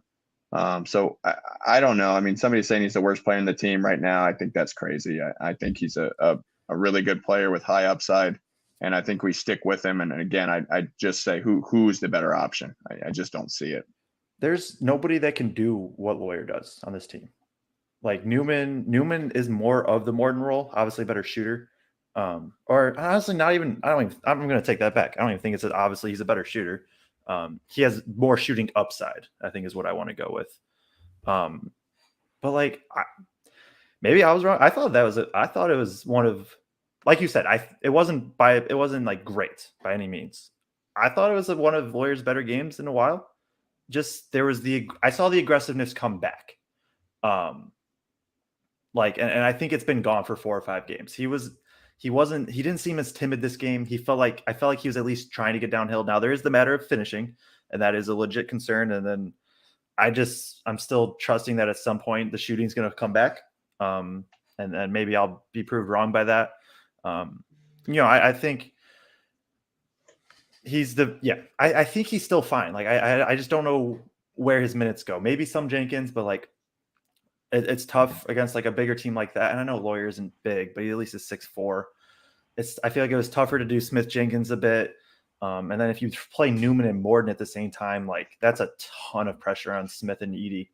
Like that the offense is then Smith and Edey, and you hope that the other guys don't really have to create anything for themselves. So, I honestly thought it was one of Lawyer's better games in a bit. Obviously, he hasn't been playing well, so it's not like he was like, oh, so superb or anything. But there were signs, and I'm hoping that he can build at least a little bit off of it, because I don't think Purdue wins if he isn't at least solid come March. And I think the big point here is, and to go back to the Carson Edwards year where he was shooting 28% or whatever it was going into that March stretch. The only way this team is making a deep run in March is if Lawyer is hitting and consistently making shots, and he's getting some pressure on the rim, driving off of those high ball screens when he comes around on that curl. Without that, this team's not going to make a deep run in March. So in my mind, you let him work through it. You let him shoot through it. He shot 40% from 3 last night. Most of his misses were on hard 2s that he took, but he still was our highest percentage 3-point shooter last night. But he's got to be effective, and he's got to get back to who he was in November and December if this team's going to make a deep run. We've seen Newman for 3 years. I love Brandon Newman. I still think he has the purest stroke when it leaves his hand from the 3-point line of any shooter on this team. It's a beautiful, beautiful shot. But he's a straight line driver. And what I mean by that, he's not taking anybody off the bounce, making a second move and getting to the rim. He's not coming around that curl and effectively getting to the rim like Lawyer is. We've not seen him be able to do that without turning the ball over for 3 years in a row. He's a great catch and shoot shot maker. But you've got to have somebody else out there because Braden's so small. When he gets a distinct advantage, he can get all the way to the rim, but you got to have somebody else that can put pressure on the rim out there at the same time. So my guy, Bitcoin is Freedom, who is a frequent commenter after our shows are done, not in the live chat, but in the comments of the link on YouTube. He's here live here today, and he's always been one of Brandon Newman's most staunch supporters, and he has a couple comments here, so I'll read them here. Lawyer is awful on defense, worst player on the team. He is one of the slowest guards in college basketball. To defend him getting 35 minutes a game when he only shoots a normal at best field goal percentage is dumb. Newman is a way better option. He plays defense. If he got more minutes, he could make shots, but you give him no time in each game. Well, we don't give him any time. It's Matt Painter's time. And Brandon Newman is a bit of a conundrum. He is a great shooter. He plays very hard on defense. He fights for rebounds. He can disrupt passing lanes. He helps on double teams. There are a lot of things that Brandon Newman does well. And in the last 3 years, there's been this obsession with the Purdue fan base that Brandon Newman is unfairly treated by Matt Painter. That Brandon Newman is we're all just it's only a matter of time before Brandon Newman breaks out. And maybe that's the case. Maybe if he was on a different team where he had more leeway to make mistakes, Brandon Newman would prove me and some others wrong that have a more critical eye to what's going on. The problem with why Brandon Newman doesn't take Fletcher Lawyer or Ethan Morton's spot on the bench or in the starting lineup to get those 30, 35 minutes a game is because more times than not, if you're paying attention to what the team's responsibilities are, he is not in the right place, specifically on defense. He can play good man-to-man defense. But when you're playing defense as a team, and you saw this highlighted yesterday at one point when they doubled the post and Brandon Newman was supposed to jump the cutter that was going to the rim, he was a step slow on it, and it led to an easy layup. And they went to the timeout, and immediately Matt Painter is trying to tell Brandon that you got to be there. You got to be there, or you're going to make everyone else look bad. And that's the problem. Unless you're a talent like Jaden Ivey, you have to always know your responsibility and be there for your teammates. The only way you can make up for it if you are not going to always be there is to be an unbelievably dynamic talent like Jaden Ivey. I do not think Brandon Newman is that. It doesn't mean he's not a good player, but that's just the fact. And then offensively, while he can make threes, great free throw shooter, even though he missed 2 at one point back-to-back, which was stunning. I even said to Aiden and Dave while we were sitting there watching, I go, the one guy we want at the free throw line today is Brandon. I think I jinxed it because then he missed 2. It wasn't on that free throw attempt, but it was the next ones. I was stunned as anybody. He's a great free throw shooter. You want him at the free throw line. He's got a great stroke. But while he can make threes and hit free throws, like these guys are saying, he's not as good off the dribble. And as far as understanding, where the ball is supposed to go next, running the offense, there is more times than not when Brandon has to go off of taking the shot and make that next play. He's a bit erratic, and you don't even have to be a basketball aficionado to see that his clock is sped up, and now all of a sudden he's kind of panic throwing it. There's so many times in a game in his limited minutes that he does make where he makes a turnover because he's just panic passing it, trying to get it into the post or get it out of his hands. So, Bitcoin, you're extremely critical of pretty much everyone else on the team but Brandon Newman, but I challenge you to have a critical eye to your guy as well. There are things that he could do better to earn his way into the starting lineup. And while Ethan Morton isn't as much of a threat offensively, maybe even as a Brandon Newman, while I do think it's somewhat, Brandon could extend that gap much more, maybe if he got more minutes. Ethan is always where he's supposed to be. Ethan is going to be trusted by the rest of his teammates to pick each other up. He's not going to have other guys looking bad because he's out of place. So that's what I'm going to challenge you, Bitcoin, is to find a critical eye to what Brandon can do better, to be in the starting lineup more, and quit blaming it on the inefficiency of the coaching job of Matt Painter or how we here at Boilers in the Stands or other fans don't see the bigger picture with Brandon. If you can do that, then I'll be fair to the conversation. But when you're going to blast Fletcher Lawyer and say he does everything wrong and Brandon does everything right, you lose a little credibility when it comes to the conversation. I can do both sides of the coin with both of these guys. So I want to see you do it too. Yeah, that's a great point. And I think he brought up the injury, right? That unreported injury, calf injury, that has made Fletch apparently a little bit slower. I can't really speak to that. We got to hear something about that before I really speak to that. I don't really know. But again, I agree with what Craig said earlier and what you said, Greg. If you're going to have Brandon out there and Ethan out there and Caleb out there at times, whoa, I mean, your offense is high pick and roll, and hopefully, you can do something about that. We had one of the starred comments here that I would just like to answer from Shara, where she's asking about why last night Smith and Lawyer dribbled into the paint a bunch of defenders. And I think one of the adjustments that IU made that I noticed was they began to triple switch, which sounds confusing, but it's actually not. It's basically they just switched, but they were able to switch. They switched onto the big. So whoever brought up, like if Braden has the ball and Edie comes sets the ball screen, they would switch Trace onto Braden temporarily. But then they would have another guy coming through, switch back onto Braden, whether it was Galloway or Kopp, and then they would switch Jackson Davis off onto Gillis or back onto Edie. And so essentially they switched with 3 different players on a lot of the ball screen action. And that's why we saw Braden get downhill. And all of a sudden he had to pick up his dribble because now he's got a bigger guard on him who he can't beat off the dribble, whereas normally he'd have a Trace, he'd have a Race who he could drive off, get to the rim, whatever the case may be. I thought that was a great adjustment from IU.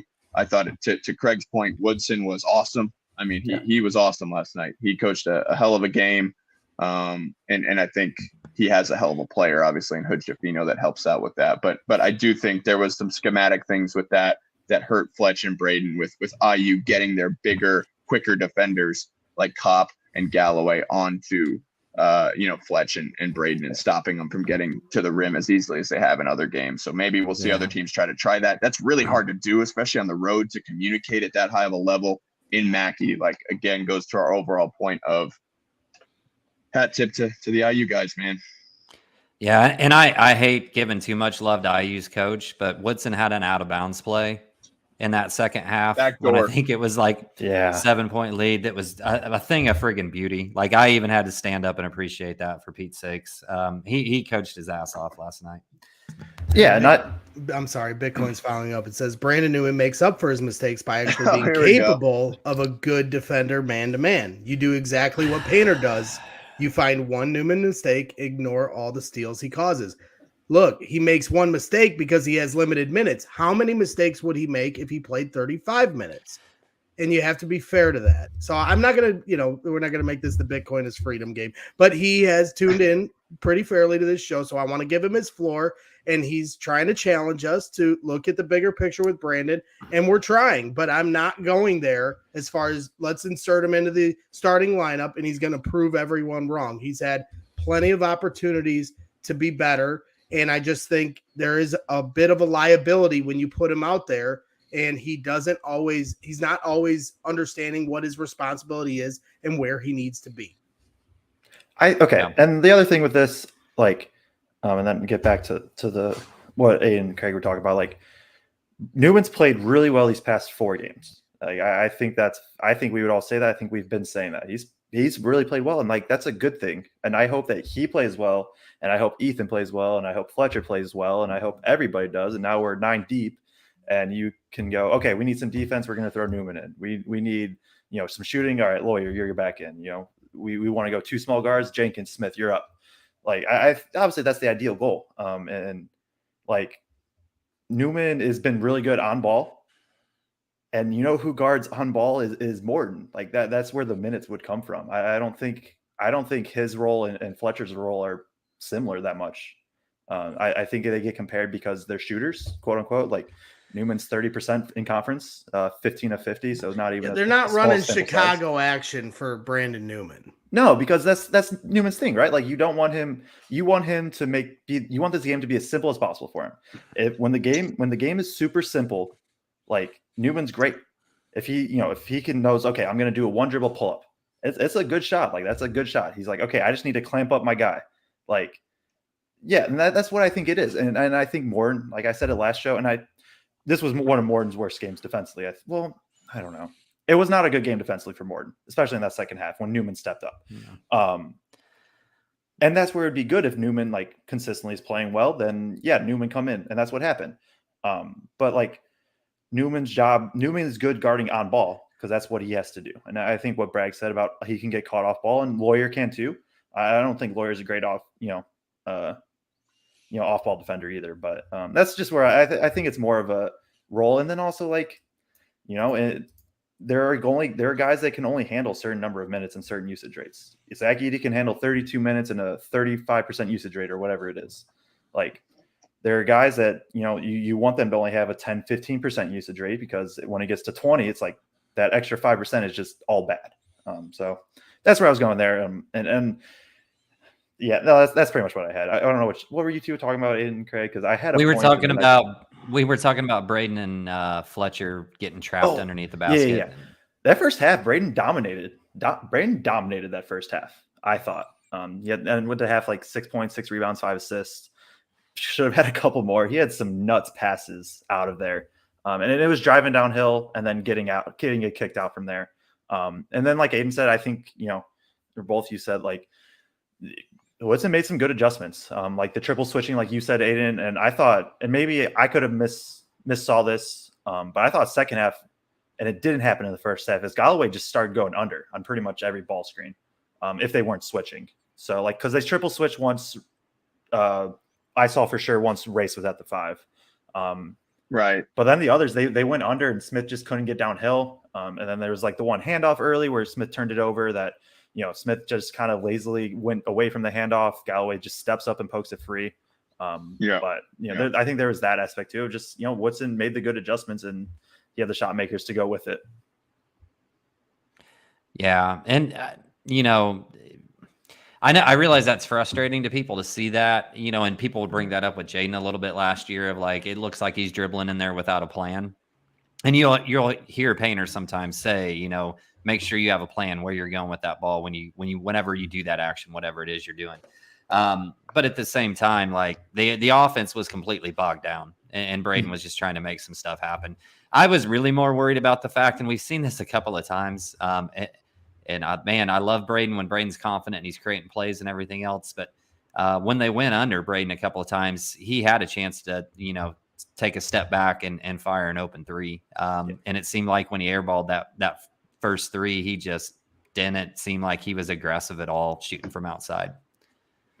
Yeah, no, that's the whole thing with Smith is you want the aggressive, confident Smith, and that's what he was first half, and then had a couple turnovers and probably lost it from there. Like you said, I think that's a really good point too. So, okay, so we'll move on to, basically when we're talking about Lawyer and Smith, Tariq Camel. I'm sorry, I'm going to butcher pretty much everyone's names. I'm trying to give a shout out. So if Painter plays Lawyer and Smith 35 plus minutes, while first Newman and Gillis get under 18 minutes, will we lose one of these round of 32 matchups I just mentioned? Insanity equals doing the same thing over and over. Craig, why don't we start with you? Yeah. Yeah, you get the start. Hey, throw that back up again, will you? Yes, sir. Yeah, like I get the idea of like eventually we have to make changes, but in the post game last night, Painter said we just have to do what we do better. And to me, they were just missing open shots. And again, I thought Caleb played really well. I thought Caleb should have played more minutes last night. Thought he was really aggressive on the boards. Thought he was aggressive on defense. A lot of really good stuff there. It mentions First and Gillis both. Like there's not a way to get them both more minutes, really. TKR was in for just a little bit, but not very much last night. So, I mean, those two are kind of playing off each other minutes-wise. If anything, I think you could argue for more First. But like I said, I think Painter was searching for somebody that could hit shots. We've already rehashed the Newman argument. Like you don't want to. 30 minutes per show after every loss, and I'm just sick of it. We give the same answers every single time, and it's pretty much like a core group of listeners that keep bringing it up. So I love you. I love you all, though. Yeah, and it's the same thing on Twitter, though. And this has been going on for 3 years, and I think it started with our guy, Rafael Davis, kind of, I think we all want the best for our players, and he was gassing Newman up in the offseason a couple years ago, saying Brandon Newman's going to have a breakout year. And I think fans really obviously take, heed when someone of that stature says something like that. And then it didn't come to fruition. And then he has a breakout game in the Big Ten tournament last year. And then it's like, see, Matt Painter doesn't know what he's doing. And I just think there's this little bit of a cult following when it comes to Brandon and this mythical, breakout, that hasn't happened yet. I don't know. Like I said, we have talked about it ad nauseum. Yeah. And it's a fascinating thing. And I think at the end of the day, it's just Purdue fans wanting the best for each and every one of their players. I mean, for me, I think David Jenkins is due to break out too. And like Aiden said, maybe some of that is unfounded. Maybe I just like his attitude and his leadership, but what he's actually doing on the court maybe doesn't prove how much, people are like so in on what Jenkins brings to the table. Not to say that he's not a solid player, but what he's doing so far this year maybe isn't as effective as the narrative may say. So, I think it's just fans wanting the best for their guys at the end of the day. And that's why, I give Bitcoin his time and I appreciate his passion. We're all Purdue fans and we all want the best for every one of these players, Brandon included, even if he doesn't believe me. So, we're going to keep blowing through some of these comments. I want to try to keep this show under 2 hours. We've passed the hour and a half mark. We aren't going to be going live. Joe's shaking his head because my Midwestern goodbye will take 20 minutes. We know. Yeah, that. that's other two. It's going to be tough. We got to fit. I was getting ready to put the wrap it up brags on the previous. Well, we're not going to go live until Thursday. True. Craig, you're not going to be there because you're going to be at the game in Wisconsin on Thursday night. Credentialed? Joe, Aiden, and I will be on the post game. More than likely, I'm going to do my best to be a part of it. I have some things going on as well. But I'm going to do everything I can to be a part of it, especially if they're going to be clinching an outright Big Ten championship that day, which would be that night, which would be sweet, being that it's at Wisconsin. But we want to give some people some time because while last week we did, 5 shows in 7 days, this week we're probably only going to be doing the one show on Thursday, and then we'll have the post game show for the Illinois game on Sunday. So a little and selection Sunday. Right? Yeah, or that'll be the week after. Yeah, we got another week of the Big Ten tournament. So much basketball. Yeah. So we got some things going on, but we want to give some people some content to listen to over the next 4 days. So, there was a lawyer one. I'll just read the comment, but we don't have to react to it. Mr. Meister says, lawyer needs to sit. They changed up the lineup the end of the first half, and it was working. Then we went back to our old lineup in the second. So count Mr. in the Bitcoin category. Another one from Tarek. Why did First play 16 minutes? Jenkins 9 minutes, while Smith and Lawyer play 35 minutes. We look so much better with First on the floor in the first half. So that's pretty much it, unless somebody's got a comment to that. Then Walter Evans, not trying to be critical of coach, but Newman seems to have more success against athletic guards. And that's certainly fair. I mean, when we're getting the business on Jalen Hood-Schifino, they need to go quicker to Newman because he can be such a disruptor on a player like that. 100% agree with that. And then just have to balance how much you have him out there versus some of the guys that have a threat in other categories. So I agree with you there, Walter. Troy Lewis Jackson has a question for you guys. What does Painter need to do to avoid the freshman wall in the future? Aiden, I'll start with you. Yeah, it's a good question. I think most of it can be chalked up to the grind of a season. I don't know that we as fans fully appreciate, well, A, how well scouted the Big Ten is, B, how physical the Big Ten is, but C, just like, man, these guys have been at this for months and months and months, and only so many opportunities to play games. Like I know at my high school team, we just practiced 74. Our 74th practice of the season was Saturday, and it's just difficult to keep up a high level of play. When the opponent is trying their best to stop you.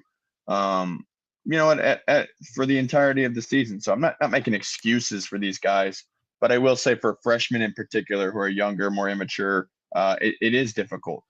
The Big Ten's a freaking grind, man, and so I don't know if it's necessarily avoidable. I think certainly trying to, put yourself in a position where you're not as reliant on freshmen would be great, where you could be able to play them less minutes at times. But the nature of the beast this year is that Braden Smith has to play 35 plus minutes a game. They don't have a point guard really behind him. Fletcher Lawyer, as we've talked about extensively now, brings something unique to the team that cannot be found on the bench, in our opinion, at least. I don't know, get older, but again, that's going to come eventually, that these guys will be juniors and seniors someday. So you kind of have to endure this when you're that reliant on freshmen as they are. Yeah, I think you paid all the good points. Don't have freshmen. I don't know. And to an extent, right? Like Hood Schifino, I don't know, he might have hit his wall early and then came through, right, when they struggled early. I don't know necessarily what there is to do or not, but it hurts that Lawyer and Smith have to play as much as they do. I was looking through the stats; they have the 2 highest net ratings on the entire team, which means on the season, Smith's net rating is a plus 24.2. So we're 24.2 points per 100 possessions better when he's on the floor compared to off. Lawyer's 23.4. Even when you filter for the last 5 games, the 2 highest net ratings are Smith and Lawyer. And that I don't think that's one thing fits all stat type. Like some of it's because they play more minutes with Edey compared to the bench, obviously. So there's that part too. But they have they have to do a lot. They have to play a lot of minutes because we're just the numbers just show we're just better with them on the floor. And it's tough to do. Get some rest. I don't know. I was hoping maybe the 5 days off would help a little bit, or 5 days in between games. But it's just kind of is what it is my answer. I don't have a great answer, I think. And outside of Smith, they're not necessarily playing the minutes some of these guys on other teams are. Like if you look at IU's team, the amount of minutes that JHS and TJD are having to play is significantly higher than everybody on our team other than Smith probably. So they are getting some rest. We really thought Purdue's depth would be an advantage this year.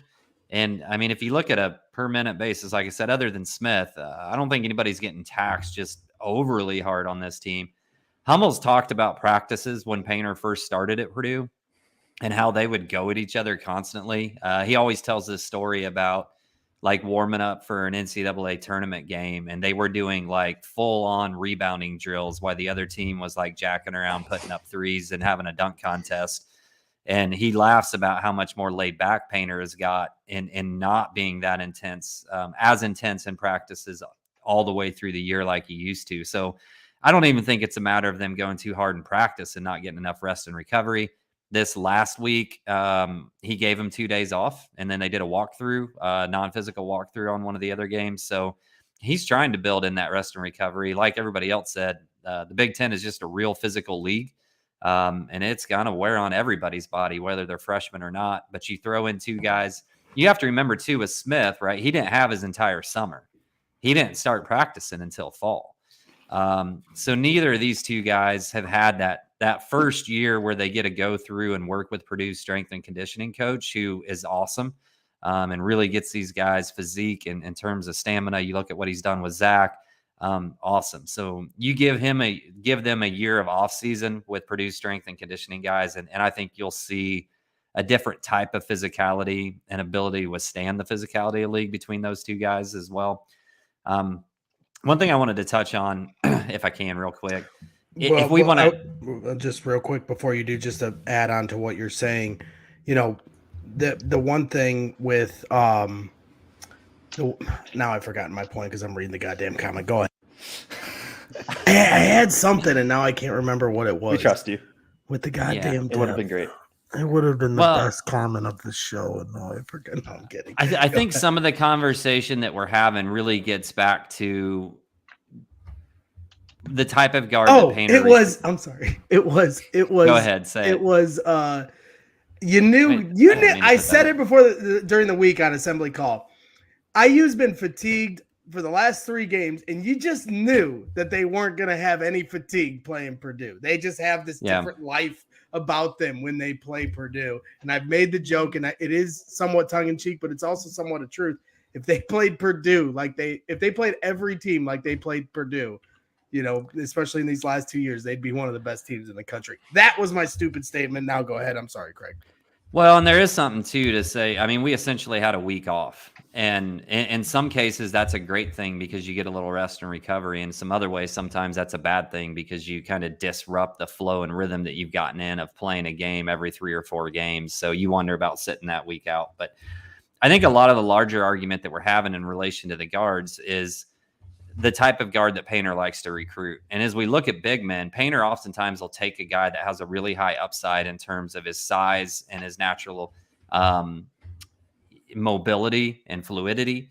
But then they do a lot of work to develop them after that. If you look at Haas, if you look at Edey, They take guys that are lower ranked, but could get there and really develop those things. Whereas he seems to, over the years, really value guards that are going to be extremely stable, that are really intelligent about the game, not turn the ball over, except we see it happen against presses sometimes, but that are really high developed skill guys when they come to Purdue and high skilled shot makers. We don't necessarily see the same risk that he takes with big guys on those guards of let me take a bigger, longer, more athletic guard that maybe doesn't have high skill level yet, and then develop that over a 2 or 3 year period and see if it can get there. And where some other people said in the beginning of the year that Purdue was maybe a little bit more of a finished product, and they were like, wait, what? We have 2 freshman guards. And I think they still have a ton of room that they can grow and continue to get better. But there's some other guys out there in our league. You look at a guy like JHS, who's 6'6", 6'7", maybe not there with us at the beginning of the year in terms of shot making and basketball skill or whatever you might want to say, that some other coaches are willing to let those guys make mistakes and develop through a season, 2 seasons, 3 seasons. And then their upside at the end is maybe higher than some of the guards that we tend to recruit at Purdue. Now, with that said, there's only a few guys, right, that are really long and athletic and really highly skilled. And those guys are going to be one and done NBA players that are top 15, 20, 30 recruits in the country. Purdue doesn't get those guys. All right. Caleb Swanigan was the last one we got that highly ranked, and he was a big man. We're not going to get those guys at Purdue. It's just not going to happen, whatever you think. But then you look at the next group of guys, and you're making a choice of, do I want highly skilled guys and hope that they can be athletic enough, or do I want guys that I'm going to have to really develop and live with, developing their shot making, decision making, that type of stuff over time? And Painters just kind of tended to lean more that way. Thoughts, Aiden and Joe? Agreed. You're muted, Joe. So. Oh, well, there you go. I think you're spot on. No. All right. Let's get into a couple more of these starred comments before we lift off. Air Jer, also known as Jeremy Kramer. Full disclosure, he's an IU fan who is talking crap to me. So I've got some stuff planned for him after the show and a few others that love to tweet at me when Purdue loses. So he's got something coming for him here in a little bit. But he asked, do you think Purdue should have started fouling around 2 minutes to extend the game? Felt like there was an opportunity there last night. He thinks he's being funny. I don't know if he means the last 2 minutes or the first 2 minutes. I actually thought that. Like I thought that it was a decent chance. You know, Trace is not a great free throw shooter. Race is I believe a very bad free throw shooter. I'm pulling up stats right now. Maybe he was being serious. I don't know. Trace is actually better than I thought. 68%. He's been better Trace this is 74. year. Okay, so they're actually better than I thought. Last year, I would have fouled the piss out of Trace Jackson Davis because he was not a consistent. And now all of a sudden this year, it feels like he's much more consistent, or like it just feels that way. I don't follow them as closely as we do Purdue, but I do pretty much watch every game they play. So I think Trace Jackson Davis has done a great job this year across the board. Yeah, I think I thought it because it was just at that point where it's down 10 or whatever, and like even if you get a stop, IU's taking 25 seconds off, and then I don't know. Aiden maybe could speak more as a coach, but I thought like, oh, there's your win percentage is already what 2-3%, whatever it is. Like fouling isn't gonna hurt. You hope you get, especially I don't think we were in the double bonus or anything like that at that point. You hope they miss some front ends, come down, maybe get a quick bucket or two. Obviously that wasn't the easiest thing to do either, but I thought it was legit. I don't know if this joke was satire or not, but I actually thought I had that thought in the stands yesterday. Yeah, I mean, I think if it was, I don't know if it was single bonus or double bonus. If it was single bonus, I probably would have done it just because why not? Maybe they missed a couple of front ends, like you said. But I do think there's some, if it was double bonus, there's almost you kind of tip your caps. They kick their ass. You kind of just let them. Michael Hogg reports in the chat. Caitlin Clark beats IU with a 3 at the buzzer. That was a great game. Caitlin Clark, that one back. One of my greatest regrets is going to be not seeing her play live. She's definitely different than. You got one more year. She's got one more year, so maybe I'll actually get it done. Goes, but I don't think she's going this year. Yeah, I would love to watch her play at college because she's definitely a game changer. somebody that's kind of revolutionizing the women's basketball game. So try to shoot through a few more of these. Kevin Pass says the shots will fall again. Chins up, Boilers. Hopefully the co-championship is a breath of fresh air, a relief for our boys. Go Purdue. And it is interesting because it's just such a weird dynamic. Everyone was ready for the confetti to fall. I mean, I think we were all as heartbroken as anyone in the stands. I'm sure the players took it really tough. Everyone was kind of preparing themselves for this celebration last night that never happened. And then less than 24 hours later, they win the Big Ten championship that they could have done on their own.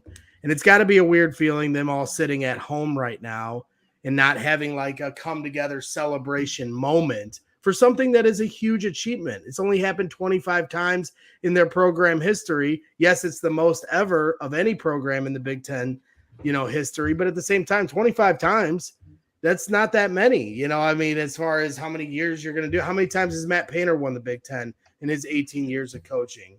Is it 3 or Joe? You're the numbers guy. Look it up, Joe. Damn it. All right. I'll work on it.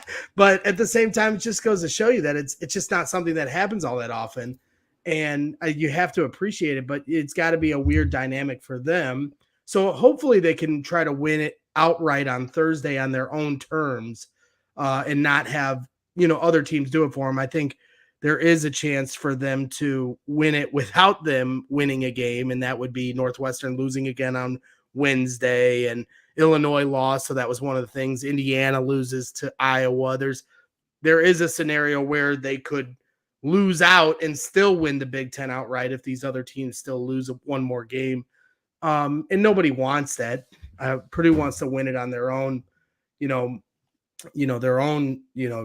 But, at the end of the day, it is something. It'll be interesting because it does feel like at the end of the season here with the Northwestern game and some of these other games and them kind of becoming the hunted, that you could see it's not just as an X's and O's thing. It's a pressure thing with them missing the free throws they have, turning the ball over, being inconsistent. I think Craig put up the 4 sign. So that's 4 Big Ten championships for Matt Painter. So that's what I mean. In 18 years, this is his 4th ever, 2 in the last, 4 years. So he's starting to try to develop some consistency, but, maybe it is something that will kind of give them some relief and get back to playing some relaxed basketball now that they've achieved a huge goal for the season. So we'll just have to wait and see how they react. But I agree with you, Kevin. Chins up, Boilers fans. Today's a good day, even if it doesn't feel like it. It is kind of a weird feeling. So, we've got a couple things from Indiana sports coverage. He says Purdue versus KenPom, top 40 defenses. Purdue is 3-5 against those teams. Craig, this is something that you've certainly keyed on all season. Yeah. When you see that stat, how much concern does that give you as we head to March? Well, it concerns me. It's something to worry about. And, several of those were on the road, right? So Maryland on the road, Northwestern on the road. What's the other game we lost on the road? I don't even remember now. IU on the road. If IU's top 40 now. So, several of those were on the road. So, road's always worth 5 points or whatever for that home court team. So maybe if we look at that in terms of neutral court and home court, neutral court would be more ideal relation to that. But, I don't think the numbers look quite as bad, but obviously it's still a concern. And this was something I brought up a lot last year towards the end of the season with last year's team as well. So we get in to play some of those Big 12 teams. Maybe a couple SEC teams. A lot of those teams are top 40 defenses in KenPom. So that could present some challenges. Yeah. And then the other comment we had from ISC Purdue, our guys, and make sure you follow those guys at ISC_Purdue. They do such a great job with everything and all their coverage. And we appreciate him tuning into the chat. Another thing he brought up was per Brendan Quinn. So since 2015, no team has reached the Final Four with multiple freshmen at 70-minute percentage one team has made it with multiple freshmen playing 60% of available minutes, the 2022 Duke Blue Devils. Joe, your thoughts on that little stat? Makes sense. Like, it's a veteran type thing. I see it and be like, all right, Purdue's going to be the first to do it then. And I mean, that's just me being. I think so. Is that saying that of the two freshmen that they play 70% of available minutes at their position? Because we wouldn't have, like, freshmen as a whole wouldn't play 70% of minutes on the team. We have two freshmen that play at least 70% of the minutes. Okay, and that's why you're the stats major. Yeah. But the other aspect of that too is a lot of the good guards this season are freshmen. You're not it's just, to me, it's just so wide open this season. You don't have too many blue bloods that are just these unbeatable titans. Every team in the top 10, that's why Purdue's not falling out of this 1 seed every time they lose, because there's just so many teams in the top 10, top 5 that keep losing. And I think that's going to help Purdue's cause as far as still having a chance, even though they have some flaws. Every team has flaws. No team is unbeatable this season. So it's just going to come down to the matchups, as Craig tries to tell people every night on Twitter when we get worried about the future. I mean, yeah, it's scary. And last year they couldn't have had a better road. They played a 15 seed in the Sweet 16, and that ended up being a bad matchup. So you just never know how the matchup's going to come and what seed that team is. At the end of the day, you just got to play who's in front of you, and hopefully, you're playing teams that don't have the same familiarity, with Purdue as the Big Ten does, and puts us in different binds, and Purdue can open things up like they did in the PK tournament against West Virginia and Gonzaga and Duke. And people want to try to downplay the Duke and Gonzaga wins. Okay, Duke's not as good as they normally are, but Gonzaga's trending to be a top 10 team in the country, and they handled Gonzaga. And that was basically a home game for them out in Portland. So you can try to downplay that win. You don't know Gonzaga's not a top 3 team. They normally get grandfathered into the top 3 because they play nobody every year. So the one year they lose a couple games, you're going to try to diminish that win. It was a great win for Purdue. Yeah. Both those teams are good matchups for us, though, because they don't have good guard play. And that's what I'd love to have, is good matchups, Craig. That's what I need them to get to the championship. Somebody asked me last night, how confident are you on Purdue making a Final Four? And I said, I can't possibly tell you that until I see the sheet. Because it's all matchups this year. And I was looking back through NCAA tournament champs, and there was a bunch of teams that had 2 losses, 3 losses, whatever. That's not going to happen this year. Whoever wins is going to have, whatever, unless it's Houston, I guess. But whoever wins is going to have 5 to 7 losses. Indiana Sports Coverage is also saying that Wisconsin, Michigan's at 66-65 with 20 seconds to play. Because that's the other thing too, Craig, is, we're 3-5 against top 40 Ken Pom defenses, but it's not like we're getting torched by these teams. IU and Maryland certainly took it to us, which is disconcerting. But the Northwestern game, they're up 8 with 3 minutes to go, and they blew it. Yeah. That's a bad matchup because they have 2 senior guards that can give everyone hell. They should have won that game. The Rutgers game early in the season when their team was completely complete, they should have won that game. They didn't. Okay, but it's not like they're incapable of winning those games. Yeah, you play good teams with good defenses, you're going to have a tough time winning every one of those games. But it doesn't mean that Purdue doesn't have a chance in those games, even if they aren't the perfect matchup. So we are fastly approaching the 2-hour mark. So that's pretty much wrapping it up. Troy Lewis Jackson says the answer is always give Zach the damn ball. And I agree with him. Not the worst thing. Jory Lyon says, what is lacking in Carson Barrett? Nothing. He is the best, Jory. Troy Lewis Jackson says Barrett's not getting enough minutes. He's second in conference in scoring per 40 minutes. So if you take everybody's averages and you say everybody plays 40 minutes, Carson Barrett is second in the Big Ten play behind Aiden Mahaney or something like that on Rutgers, who's averaging 120 points, 40 rebounds and 40 assists per 40 minutes right now. All right, Yeah. let's kick it around the horn. Michael Hogg, the time for the Midwestern goodbye, as he says. I'm going to kick it around the horn to each one of you. Try to keep it short and succinct. But Aiden, I'm going to start with you, to Joe, and then we'll finish with Craig. Your final thoughts on what Purdue can do better to have success in March so Boilers fans can feel better about themselves. Yeah, I think like whoever that was said, feed Edie early and often. And got to make games our tempo. I've talked about it all year, but we have to take control of the games early because we saw it last night. We are fighting an uphill battle if we're playing from behind, especially when you're playing for a center, who's 7'4", and oftentimes with a guy on the floor who you can double off of. So I would say, yeah, try to find your way into games where you're leading by 5 to 10 the whole way, similar to that Northwestern game, just until the last 3 minutes, right? I think slow the game down, play at our pace, and I think, play through your guards, run guards off screens a little bit more than maybe we've seen. I think the high pick and roll is good with Braden and Zach, and just continue to do what you do. I really don't think it's reinventing the wheel. I think it's just hitting open shots. Again, great to win a 25th championship, a share of the 25th championship. It's nice to have that after last night's, awful loss. But all our goals are still in front of us. I'm certainly readjusted expectations. I don't necessarily expect us to make a Final Four.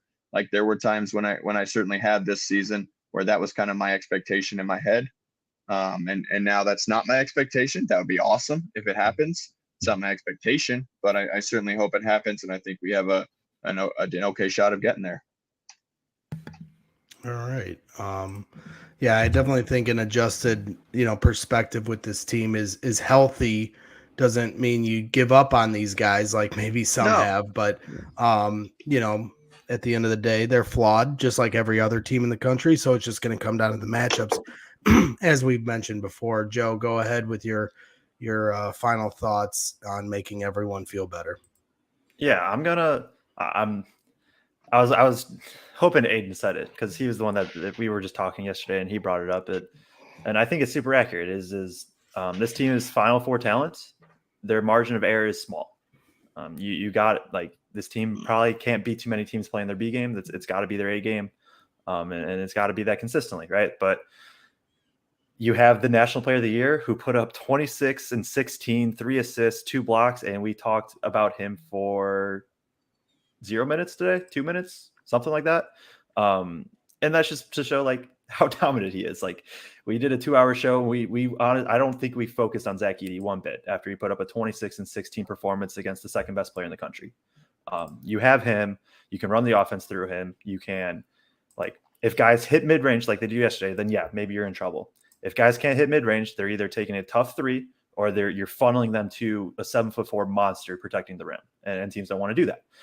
So I think Aiden was right on with tempo. Got to do that, control turnovers, and then just knock down shots. And you have the best player. I still think you have one of the best coaches in the country, and that's those are all good things to have going into March and a Big Ten championship.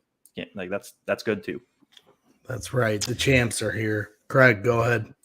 I think the last thing I'll say here is one, we've got to hit open shots. It seems really, really simple, but we've got to knock down open shots. But I think part of that comes with getting the right people in the ball that are open. I think we've got to figure out a way to get Fletcher some more open looks. So many of the looks he's been trying recently have been somewhat more challenging than what they were earlier in the year. I don't know exactly how we go about that. I think one thing Purdue fans can look forward to is when we play in the Big Ten regular season, every coach knows what we're going to run. There's multiple players on those teams that have seen our system offense over and over again, have played it, and they know what spots we want to get to. You saw it in non-conference. You can teach it. You can go through it in practice. But it's a lot harder defending our stuff when you're not used to playing against it. So I think there's some hope that we'll be able to get some of those guys that we were getting open looks earlier in the season, those kind of looks again. But when we get them, we just got to knock them down. And lastly, I think we just got to continue. We didn't do a bad job turning the ball over last night, but we've got to make sure we continue to protect the ball, win the boards, and win the free throw advantage. And Shara Klasner says, wait, don't go, Craig. do you still think Zach Edey is National Player of the Year? And I think this is something we wanted to touch on before the show. If there was any question going into last night, it ended right there. I mean, really, maybe you could say Wilson. I don't think Miller's got a shot at it. Could contend with Zach, but Zach's been the front runner for so long, and then he went out in the rivalry game, put up 26 and 16, and held the second best shot of a player getting National Player of the Year to like 10 points. And a lot of those were towards the end of the game, basically shut him out for 3/4 of the game. He's unanimous. National Player of the Year, unanimous Big Ten Player of the Year. I like unless it. Tom Brew has a vote. He should be. I should clarify. I can't say Dan the Dockich. random voters. And Dan Dockich lifting people's media seats. Dan Dockich was drinking beer on Media Row yesterday. He's Dan Dockich. I mean, it says water only up there. The dude's got a boiler gold sitting at his seat. He's drinking beer, and then he's gonna come start his show on Monday, stirring the pot on blasting Braden Smith. Quit letting him in Mackey. But you know what? It's Dan. Just you got to play. You got to play the game and. Don't hate the player, as they say. So that wraps things up for today. Before you leave, everyone in the live chat on YouTube, if you don't hit that like button, I'll never speak to you again. No, I'm kidding. Hit the like button. Please subscribe to our channel. We're available on Spotify and Apple. Thanks to Joe. He's always uploading that stuff, so you can listen there. But please hit that like button on your way out. We appreciate you guys. Always tuning in. A lot more great coverage to come. But today was a special show, clinching our 25th Big Ten championship. Lastly, I want to also shout out our sponsors one more time. Fanbags Cornhole. Make sure you visit www.fanbagscornhole.com and use the promo code BRAGS for 10% off. They have great cornhole boards. We had them outside our meet and greet for brokerage at Brokerage Brewing Company here yesterday. Also go to Shire Auto Insurance for all your insurance needs. Call 219-663-7274 or visit www.shireinsurance.com. Troy is a diehard Purdue fan too. So if you switch over, you're helping out the family with that as well. And then of course, Mad Mushroom Pizza for the best pizza in the game and the best cheese sticks in the game. Use the coupon code BITS for 15% off any order you make. That's BITS for 15% off any order at Mad Mushroom. And also want to give a huge shout out to our guys at Brokerage Brewing Company in West Lafayette, Indiana. Great craft beer, a really great spot. Yesterday there was a lot of places that had a really long line. Obviously, Harry's, you might have waited your entire life to get in there. You could have came over to Brokerage Brewing Company. Really good people, really good beer, really good times. And they did a great job of hosting us for our little meet and greet that we did yesterday. And this is their private room where you can kind of see their distillery in the background. And everybody that showed up, it was really humbling and cool to see everyone so passionate about what we're doing here specifically. Obviously, we're all diehard Boiler fans, but to hear the different stories of where different people had come from, people that are in the chat here today, getting to meet those people in person was very gratifying. And I have to give Craig and Habitual Boiler a huge shout out for that, because they really spearheaded putting all of that together. And Mad Mushroom, we brought some pizza over for everyone. And so shout out to Mad Mushroom once again for supplying the good eats, but just overall a great time and something we put together in 2 days and promoted very, very limited. And for everyone to come out, for the big game and hang out with us, very humbling and only motivates me and all of us here to keep with this and keep doing more. So thank you for everyone for coming out once again. It was a great idea from Craig and Habitual Boiler. So that wraps things up here today. Once again, shout out to ISC Purdue for all the pictures you see here. Follow them at ISC_Purdue. These are all the pictures provided. There's Fletcher Lawyer getting hacked by Race Thompson. I don't think it was called there. Ethan Morton obviously needs to get back on the right track. Tough game for him. And Brandon Newman's playing as hard as anyone. Bitcoin Freedom will be the first one to tell you in the chat. So shout out to ISC Purdue for supplying all the images you see here today. So, my final thoughts, very short. Big Ten championship, 25th ever for Purdue, most in Big Ten history. A winning record against every single Big Ten team in the conference ever for Purdue.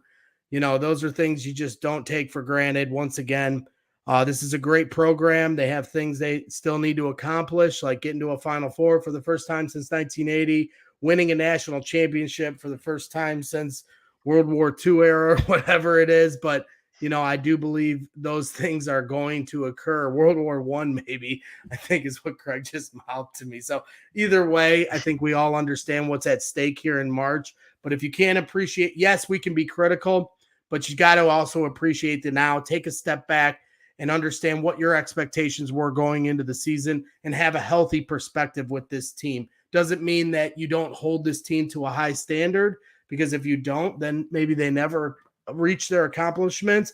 And so I won't begrudge anyone for having a high expectation or standard for this team. But at the same time, stay in the moment, appreciate what happened today. And that's a 25th Big Ten championship. So that wraps things up here today. Like I said, it's going to be a little limited with our coverage for the week. We'll be here Thursday night for immediate post-game coverage following the Wisconsin game, and hopefully Purdue can win that trophy outright and not share it with anyone in the Big Ten. But either way, we will be live immediately following the game with Joe and Aiden, and Craig will be at the game in the stands. Maybe he can poke in with his phone if his Wi-Fi is working, but either way, we're going to give you all the coverage we possibly can. So enjoy your weekend. Enjoy your Sunday afternoon. The Boilers win Big Ten championship and on to better days here in March. So always Boiler up.